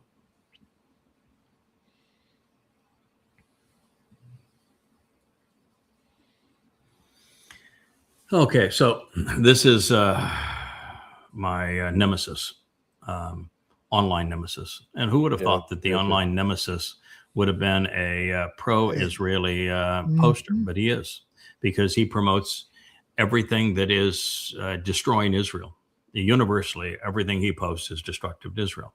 Here he's gloating over the magnificent sense of the Iron Dome used against a incoming barrage of drones from Lebanon, which would be like fourth generation or antiques of Iran hand-me-downs.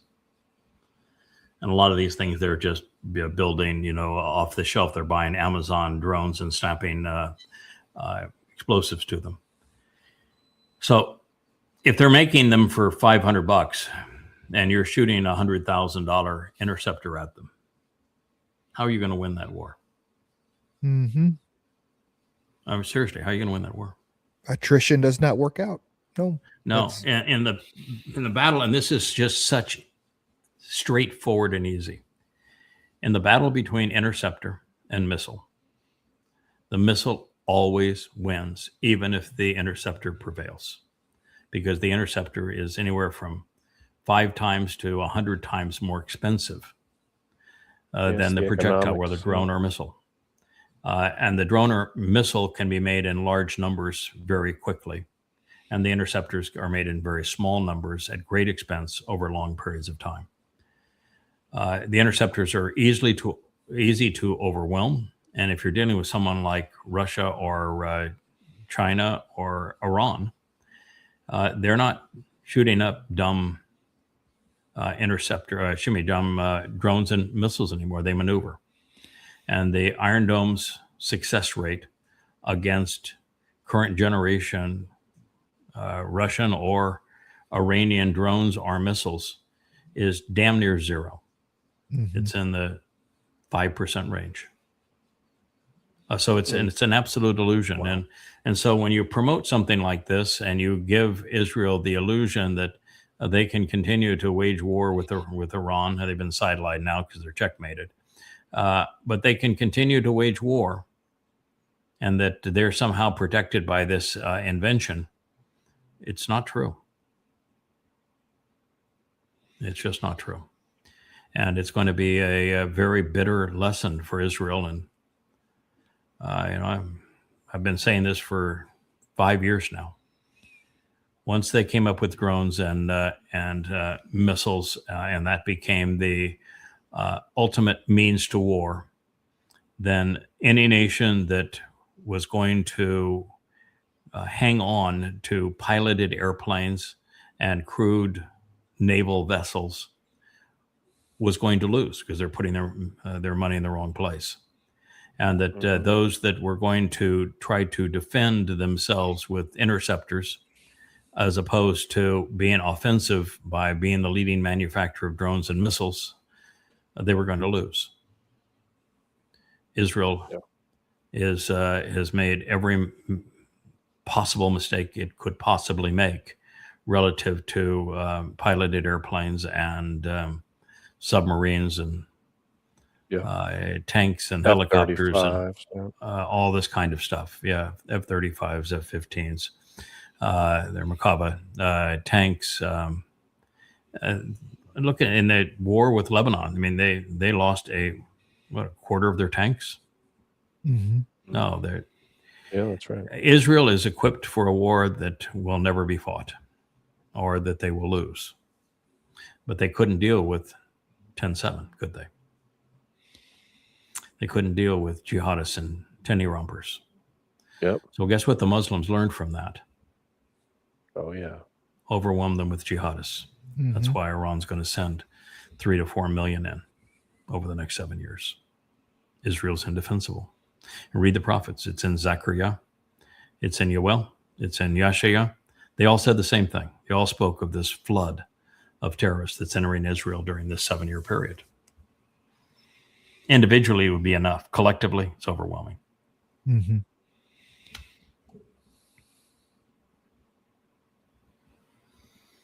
Yeah, here's Tel Aviv. Reminds us we had Depot's beautiful scene of Tel Aviv in the 1950s. This is Tel Aviv in 2026, and they're saying just how lovely it is and how much life. And look how young that population is there in Tel Aviv, all reasonably fit. Kind of looks like everybody's about the same age too, doesn't it?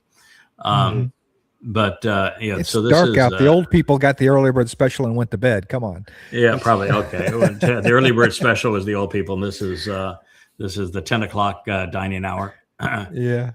Yeah, could well be that's the case. You'll notice here in this picture too, there are no rabbis or Haredim in this group either. These are likely fairly leftist Jews under 35 years of age in Tel Aviv, and they've got no clue what's coming. Mm-hmm. Yeah, 3 to 5 years from now, there'll be nobody doing that. Yeah, their faith is in their imaginary Hashem, and then their faith is in an iron dome. Not in Tel Aviv. Yeah, well, In Tel Aviv, they don't give a crap about a Hashem. but their faith is in their IDF. Their faith is in their intercept, their iron dome. Yeah, their faith is in there, and that. Yeah, their faith is in the IDF, and their faith is not in their politician, because they would not support Netanyahu, not the majority of people in this scene.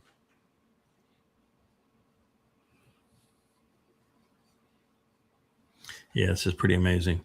I wish they didn't have the six-pointed star, because that demeans the nation. But Israel is the only country accused of colonization by people who colonized half the known world at the time.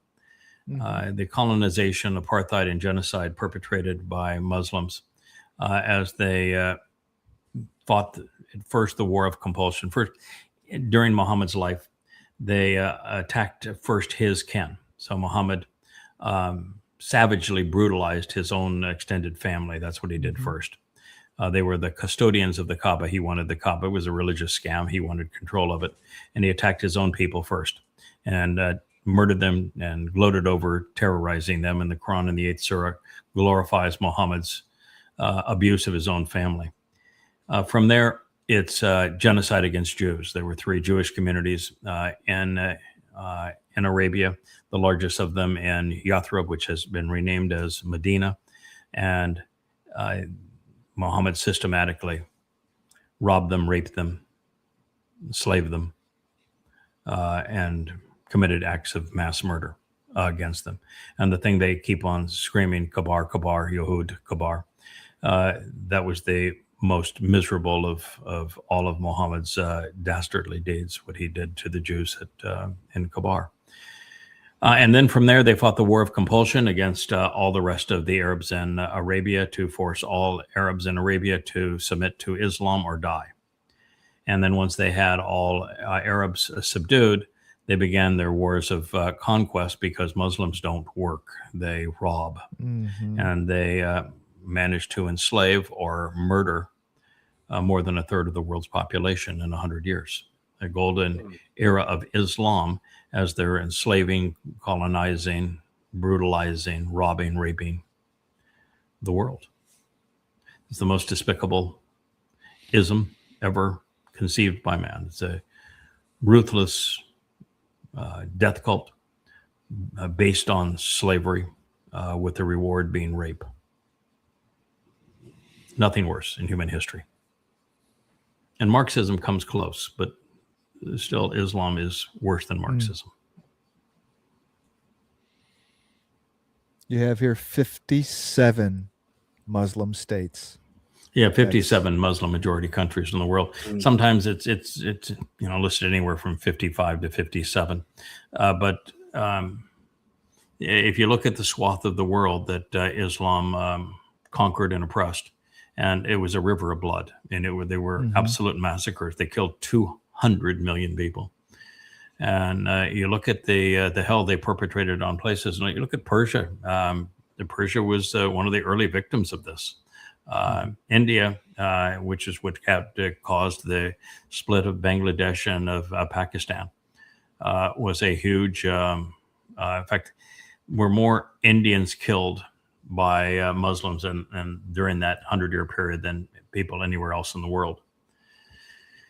It's just ruthless what they did, and they continued to do it for centuries, because the War of Compulsion began right around 700, right after Muhammad's death, and they were continuing to bludgeon Europeans all the way to the Battle of Tours, which is 18th century, 17th century. I mean, it goes a very, very long time, 1,000 years of a march of death.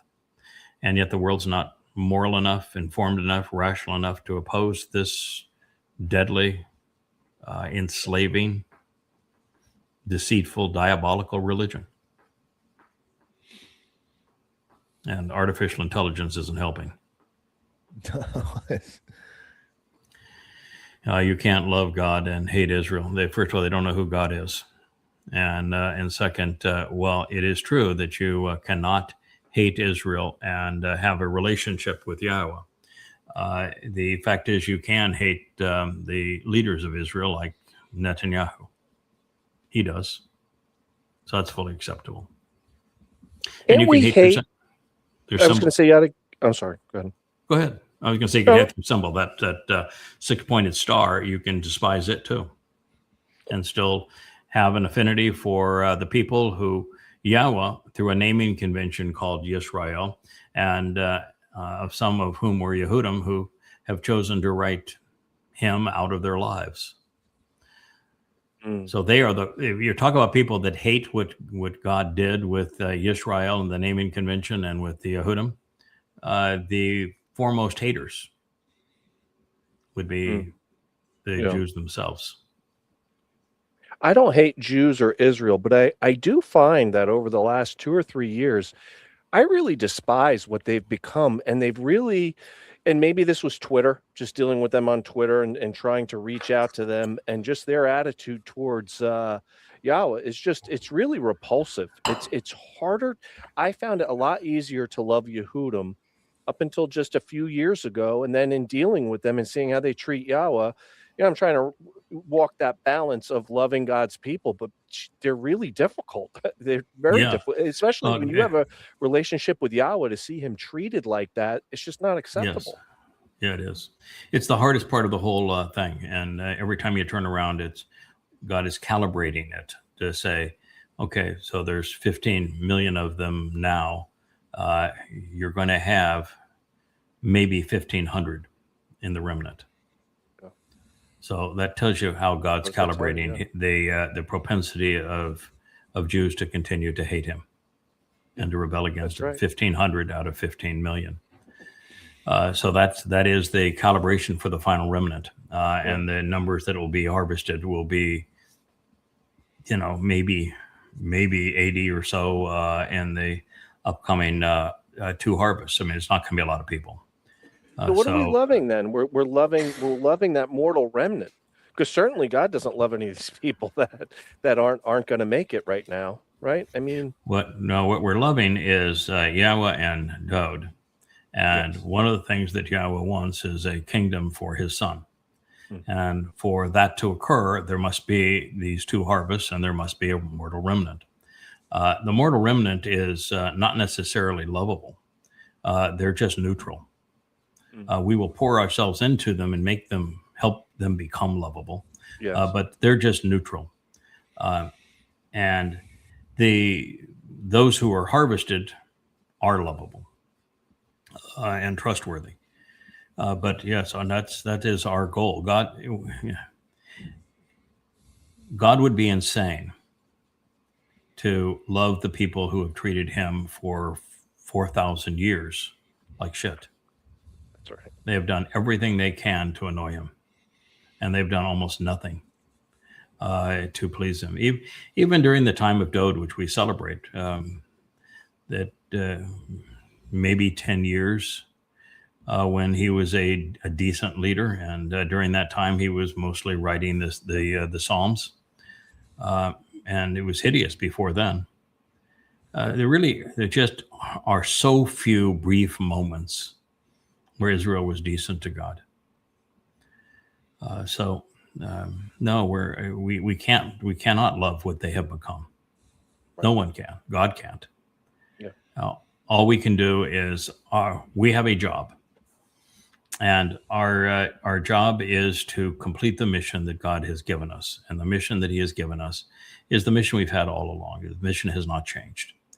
To equip and prepare His firstborn to be deployed on the throne to manage and oversee this planet and the universe with a properly educated and properly attitudinal remnant.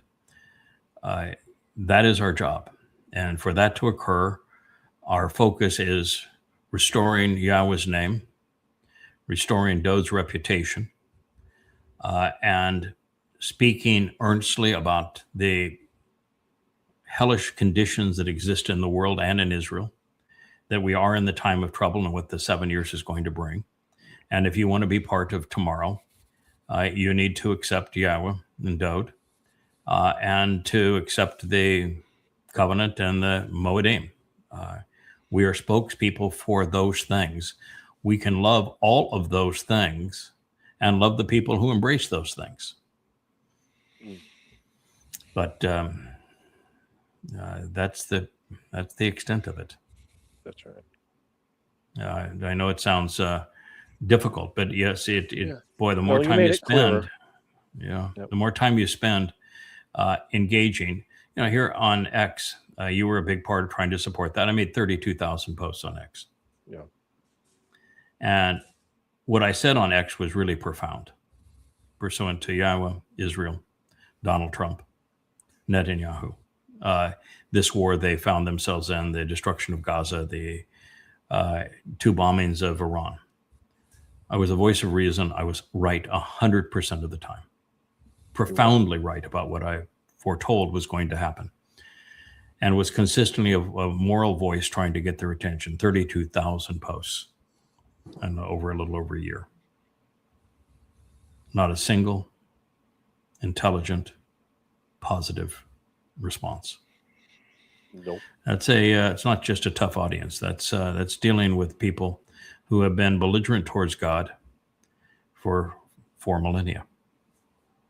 Yeah, and their hearts are greasy and like fat now, and they're useless. It's hard to get. It's almost impossible to get through to them. Most of them are. And yet, God does not want us to give up. That's right. Yep. And then what you have to do is to say, so why doesn't God want us to give up when they're so reprehensible? When we've made this kind of effort and have so little to show for that amount of effort? And God's response would be, oh, what are you talking about?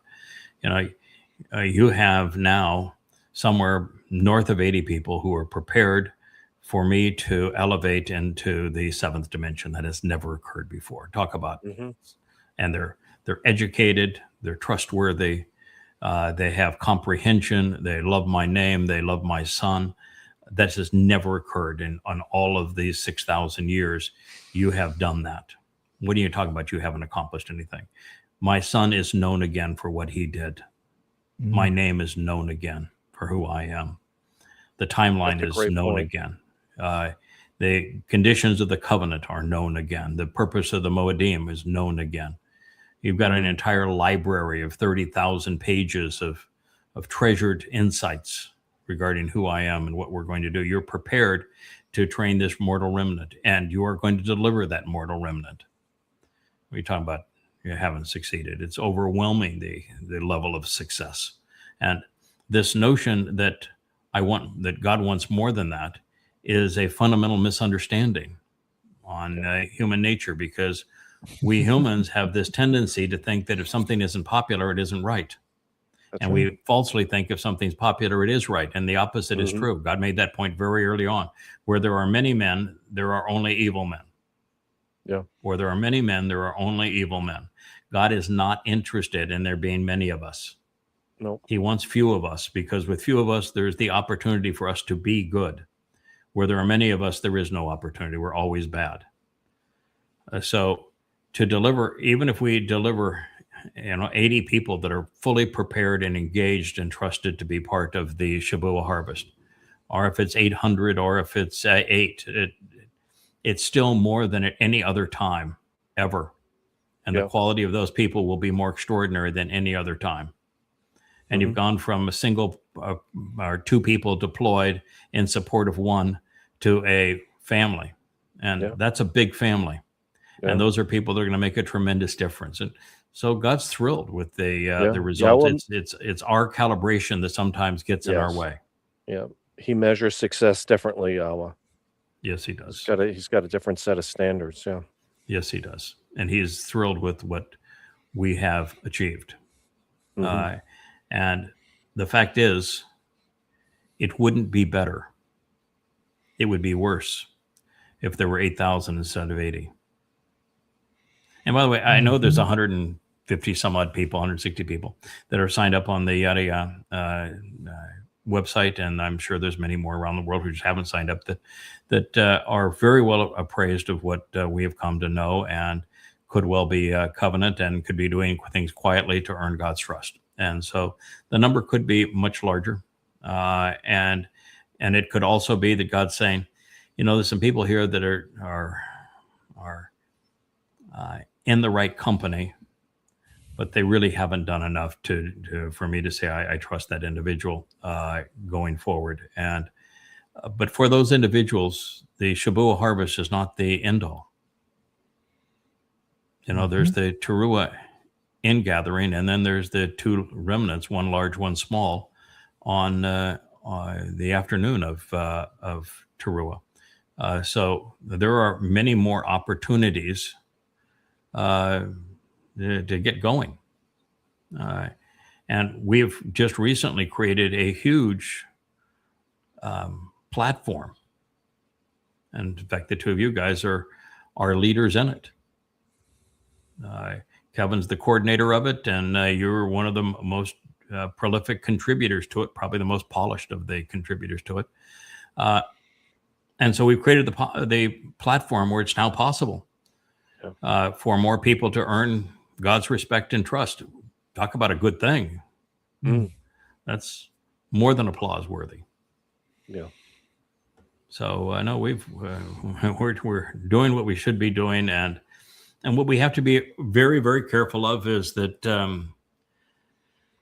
that even though the government of Israel is wrong, and the religion of Judaism is wrong, and the societal customs that there are wrong, and the Marxism politics are wrong, even though all those things are true, and that they have written God out of their lives, there's going to be a remnant. There will be a remnant of them, and we will have 1,000 years to bring them through the garden experience. Yeah, get them up to speed. But between now and then, we need to be a strong voice against Judaism and Israeli and American world politics. We have to be a strong voice against conspiracy. Conspiracy today is as big a menace as is religion and politics. So they're all 3 horrible menaces. We talked before the show about conspiracy, and the reason that God is so opposed to conspiracy is that conspiracy is born out of a horrible human condition, and that horrible human condition almost always manifests itself the same way.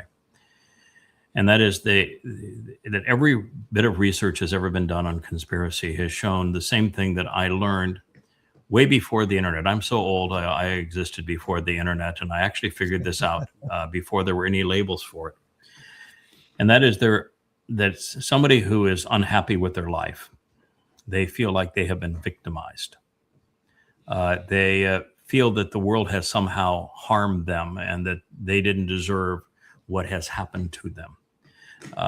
Many of these people would be what's called cluster B personality disorders, but it's B also universal and psychopathy. That people that every research of the people who are part of conspiracies have only one thing in common. That is, they have miserable lives. They feel like they have been victimized, and they're looking for someone to blame for their victimization. And the problem with that is that if they actually find someone that is supportive, and here I had an episode this week where someone is blaming me for harassing them, when in fact I was, again, probably the most supportive person they've ever encountered. And I posted, just in rebuttal to it, the first 18 pages of our communication together before they went apeshit. And if you read those 18 pages of every comment, every single comment I made is there. They are universally supportive. They're kind, they're uplifting. They're incorporating this person into this company, even though there were signs all the way along that this person suffered from the myth of victimization. And they were looking to blame someone else for their failures, their lack of success, their misery and miserable lives. And what they end up doing is that the very people that actually treat them nicely, this was the Mother Goddess of the Mother Goddess cult. She was the prime example of this. I did more for her than anyone in her life. And what do they do? They're so insecure that they want to tear down the very person that is giving them the lifeline.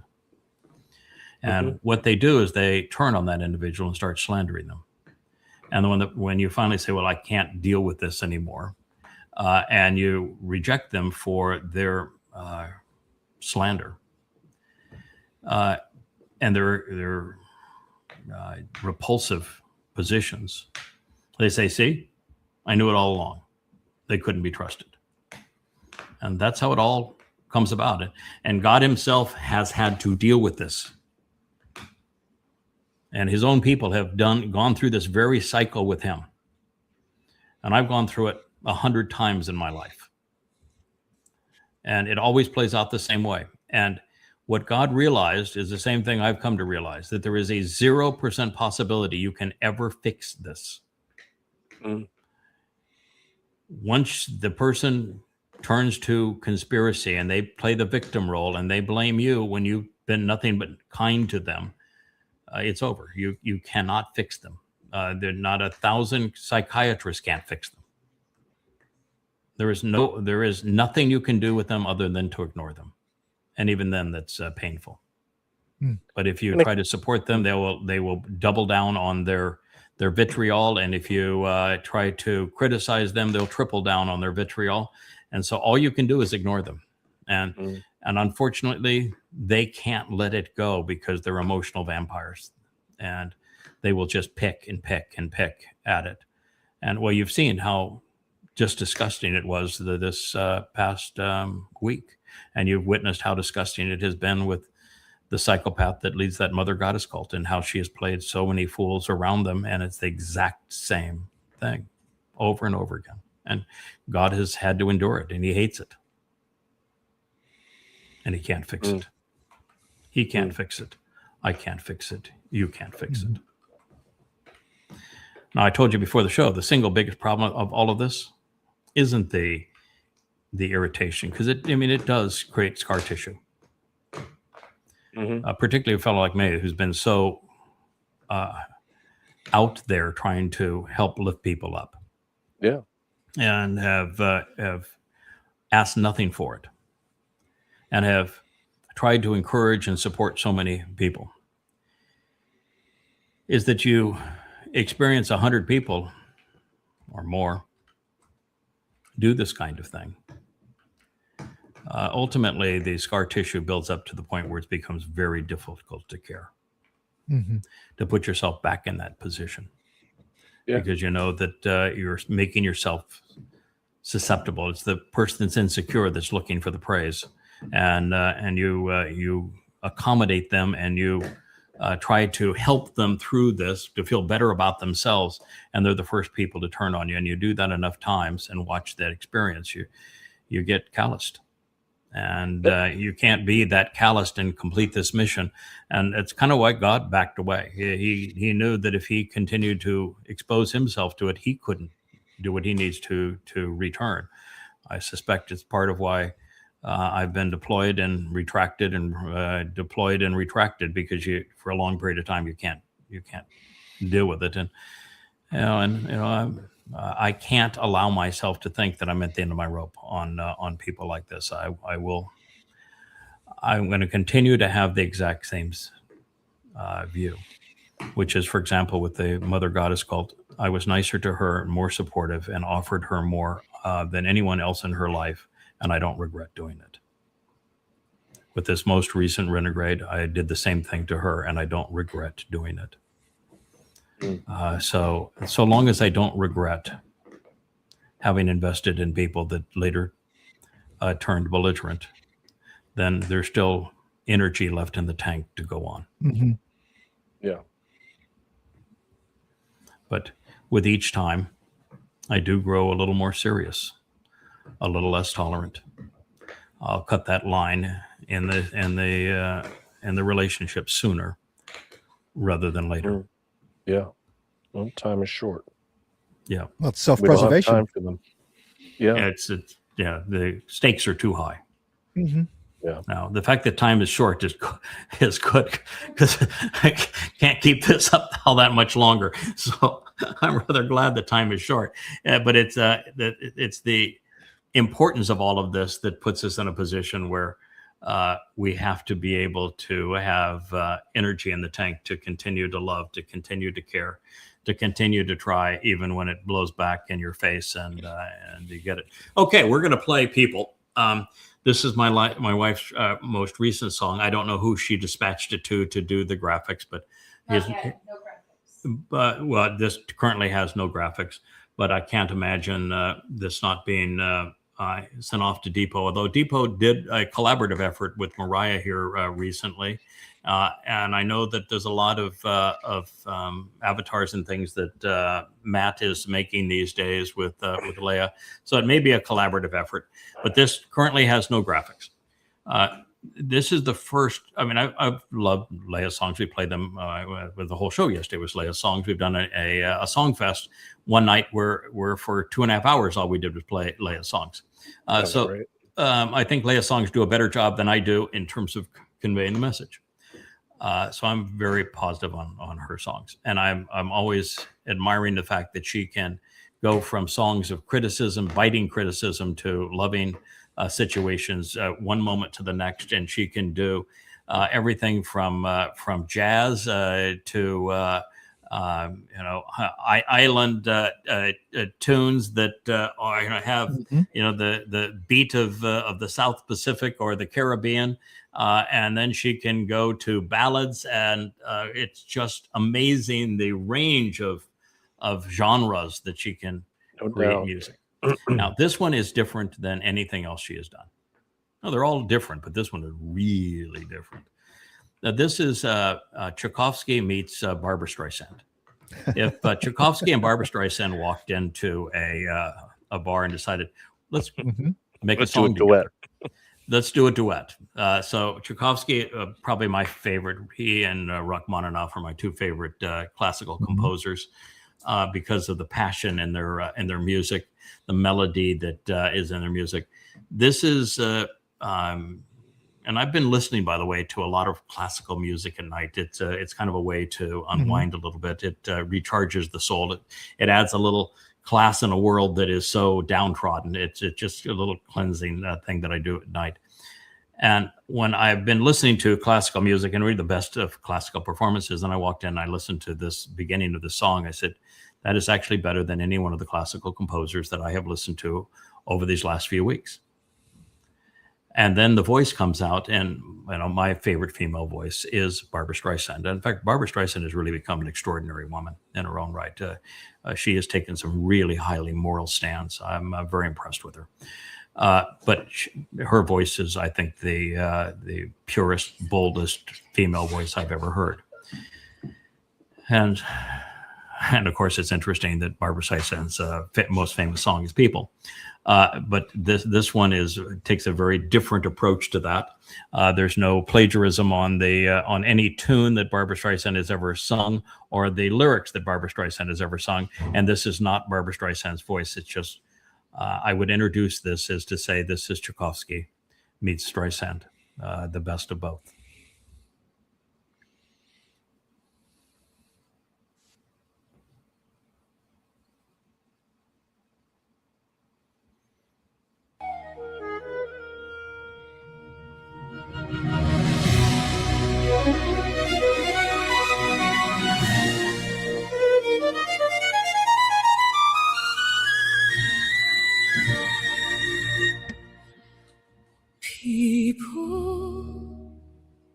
People who chase people are the loudest people in the room.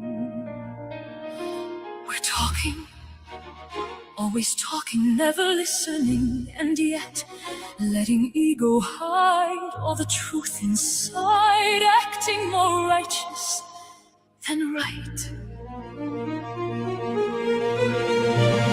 Critics are very certain people, they're the loudest people in the world, with one target, one very easy target, a feeling deep in their chests as they know all the rest. No need to examine first, just be a voice that needs to curse.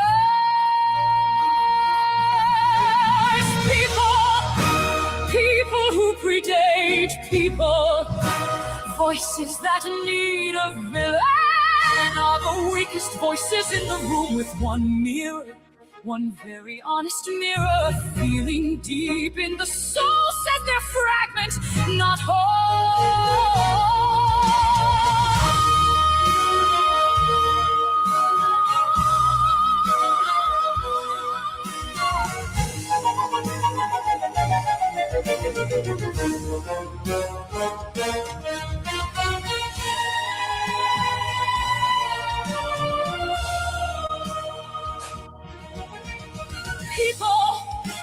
People who hate certain people,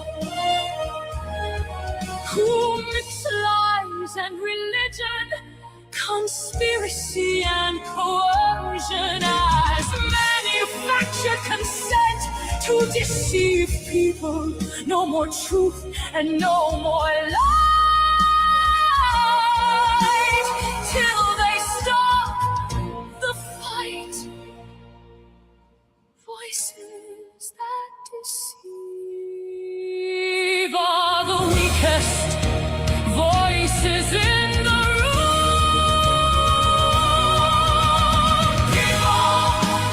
People are most deceived in themselves and to their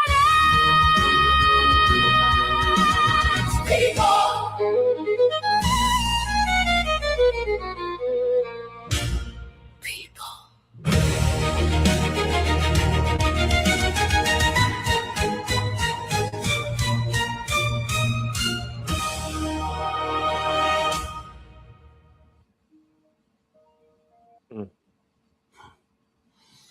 Wow. No. Dare I say that was, it's hard to compare. She's written so many songs, but that may have been one of her most compelling songs to date. I mean, you can feel it in her soul. It just this is like Yahweh elevates it. Looking out at the world, sitting beside Noach in heaven, and having seen the son that he conceived not measuring up, and one not being good, and two being horrific when Chawa was added to the mix, and then seeing four become murderous, and then many become preoccupied with evil, so that God looked down and said, people, I regret having created people. That is what this song says to me. That the preponderance of people are evil. The preponderance of people are counterproductive. And it's the loudest people in the room that are the That's worst. And through politics and through religion and through conspiracy, the loudest, shrillest voices prevail in luring so many away from God, away from the truth, away from a productive, fulfilling life. Now, she did change this song a lot from the first time I heard it. The first time I heard it, there was a 2-minute orchestra introduction that was just powerfully classical in its creation. This gets right to the vocal and to the message very quickly. So it's a very different song than the first one that I heard. It's maybe more emotional this way. It was certainly more powerful, I think, the other way. It's one of my favorite songs is written by a scumbag. Wagner was the author of it, but the Ride of the Valkyries, and it's her introduction was on par with Ride of the Valkyries. So anyway, this doesn't have that orchestra. It has the orchestra and it has a classical bent to it, not quite as powerful or in terms of the orchestra as the original version of it, but the voice is probably better than it was in the original version that I heard. The lyrics are really, really good. It goes right to the heart. The problem of the world today is people, and it's the preponderance of them. That's why there's going to be so very few that are going to be part of the Shabua or Teruah harvest and the final remnant, as well as the Goyim who service the millennial Shabbat. By the way, they will be working on the millennial Shabbat, so just to keep that in mind. Wow. What do you think there, Kevin? I like it. A lot of big words in there that it takes me. It's difficult for me to reconcile the poet, because I'm going to be really honest with you. In general, I don't listen to lyrics. In general, I am 100%. I just throw lyrics out of most of everything. The person singing is only there to be another musical instrument, a lead musical instrument in my mind most of the time. So this one was. I love the feel of it. Good dynamics on it. Up, down, quiet, so it's solid that way. I enjoy the dynamics of it. It was very you say Wagner, you like your Tchaikovsky. I think it's Holst, Gustav Holst, that does the planets series, and Mars is like that. His tribute is just, that epic sounding big guns, Yeah, it's big guns. So it's epic. I love this, even with violins. How do violins create the big gun and the epic sound? But she's got the violins carrying this, and I think it is epic. I'm a lyrics guy. You wouldn't have known it, right? I never met a word. I never met a word I didn't like. Right. I tell Leah I'm unfaithful to her all the time because I have a love affair with words. So yes, words are my thing. And although they did appear here on this quick rendition of it, and they'll be much more pronounced when we have the graphic backdrop for it. But lyrics are my thing. I love lyrics when they're delivered powerfully with the right voice and with the right instrumentation. So we go at it a little bit differently. But I would say that the things I find the most inspiring, even though Wagner was an anti-Semitic scumbag who was beloved by Hitler, who worked him into his propaganda for the Third Reich. The most despicable but spectacular movie scene maybe ever, which is the Ride of the Valkyries being played as the Huey helicopters come into the beach in Vietnam, and an Apocalypse Now. Which depicts just the horrific nature of America's war in Vietnam. There is something that's just enormously stirring about it that goes right to your heart. And it's like, 2001: A Space Odyssey. That is really powerful music. You cannot listen to that and not be influenced by it. There are Tchaikovsky's Sixth, Pathetic, is another one of those that has a soaring melodic tone that you hear it and you are changed by it. There is music like that. I think there's today there are a number of songs that, well, I would say going back 10 and 15 years, but Phantom of the Opera is an example. The Fiddler on the Roof, Sunrise, Sunset, The Impossible Dream. The collaboration to create the Exodus song. There are songs that really can take you to another place. And I think she's done a nice job here, and she's tried to do it without being, if you listen to the Barbra Streisand song, she was people who need people. It's the opposite message. Yeah. People who need people, the luckiest people in the world. And what she's saying, no, that's not true. If you're a person that needs people, you're in real trouble because people are pretty creepy. Yeah. And the more of us there are, the worse we become, which means there's more of us now than ever before, and the world's in worse shape now than ever before. And so says she's siding with God, and she said the problem is people, and whether it's conspiracy or religion or politics, it's people. They are the source. They're the host of those things. Pretty cool song. Yep. I think it's going to be a stirring festival when it is produced, and I've heard various themes for what's going to be developed for it. But I imagine it's going to. I mean, I've heard black and white, and black and white is okay, but it needs to be like the Wizard of Oz, where because of the power of this, it would have to break out of the black and white and become Technicolor.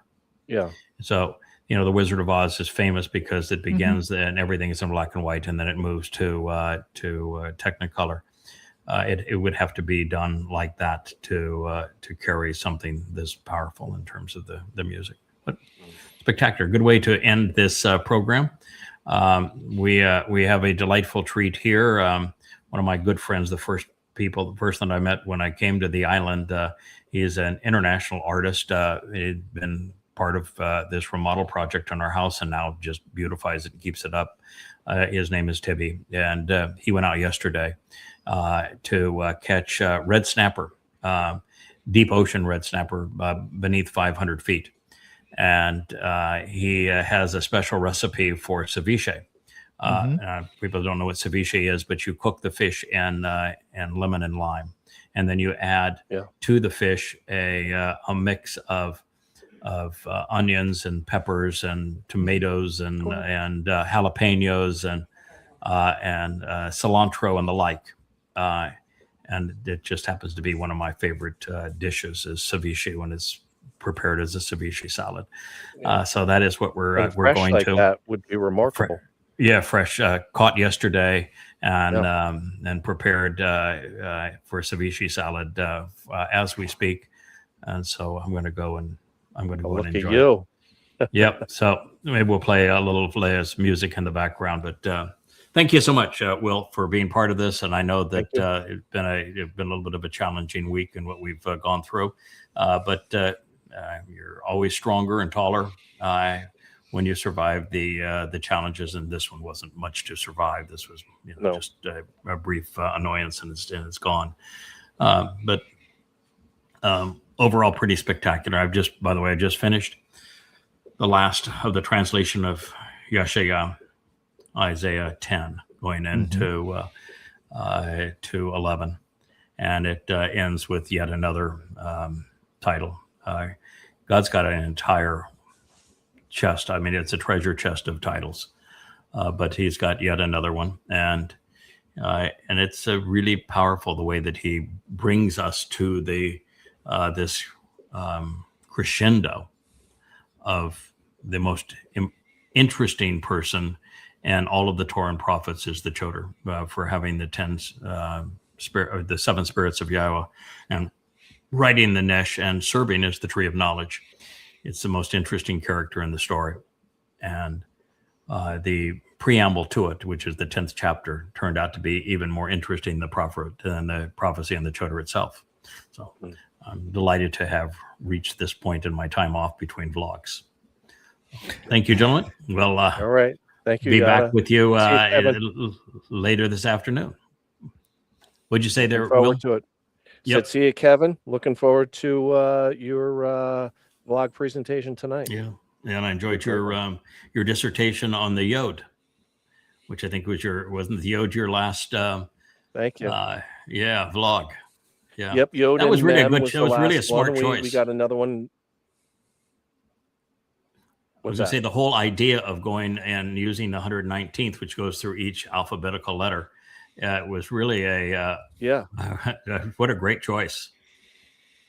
All right. Well, you know, a lunchtime. funny story about that. What? Yes. Yeah, all right. I'll tell you another Rich, time. I Rich. don't want to get into it. I know.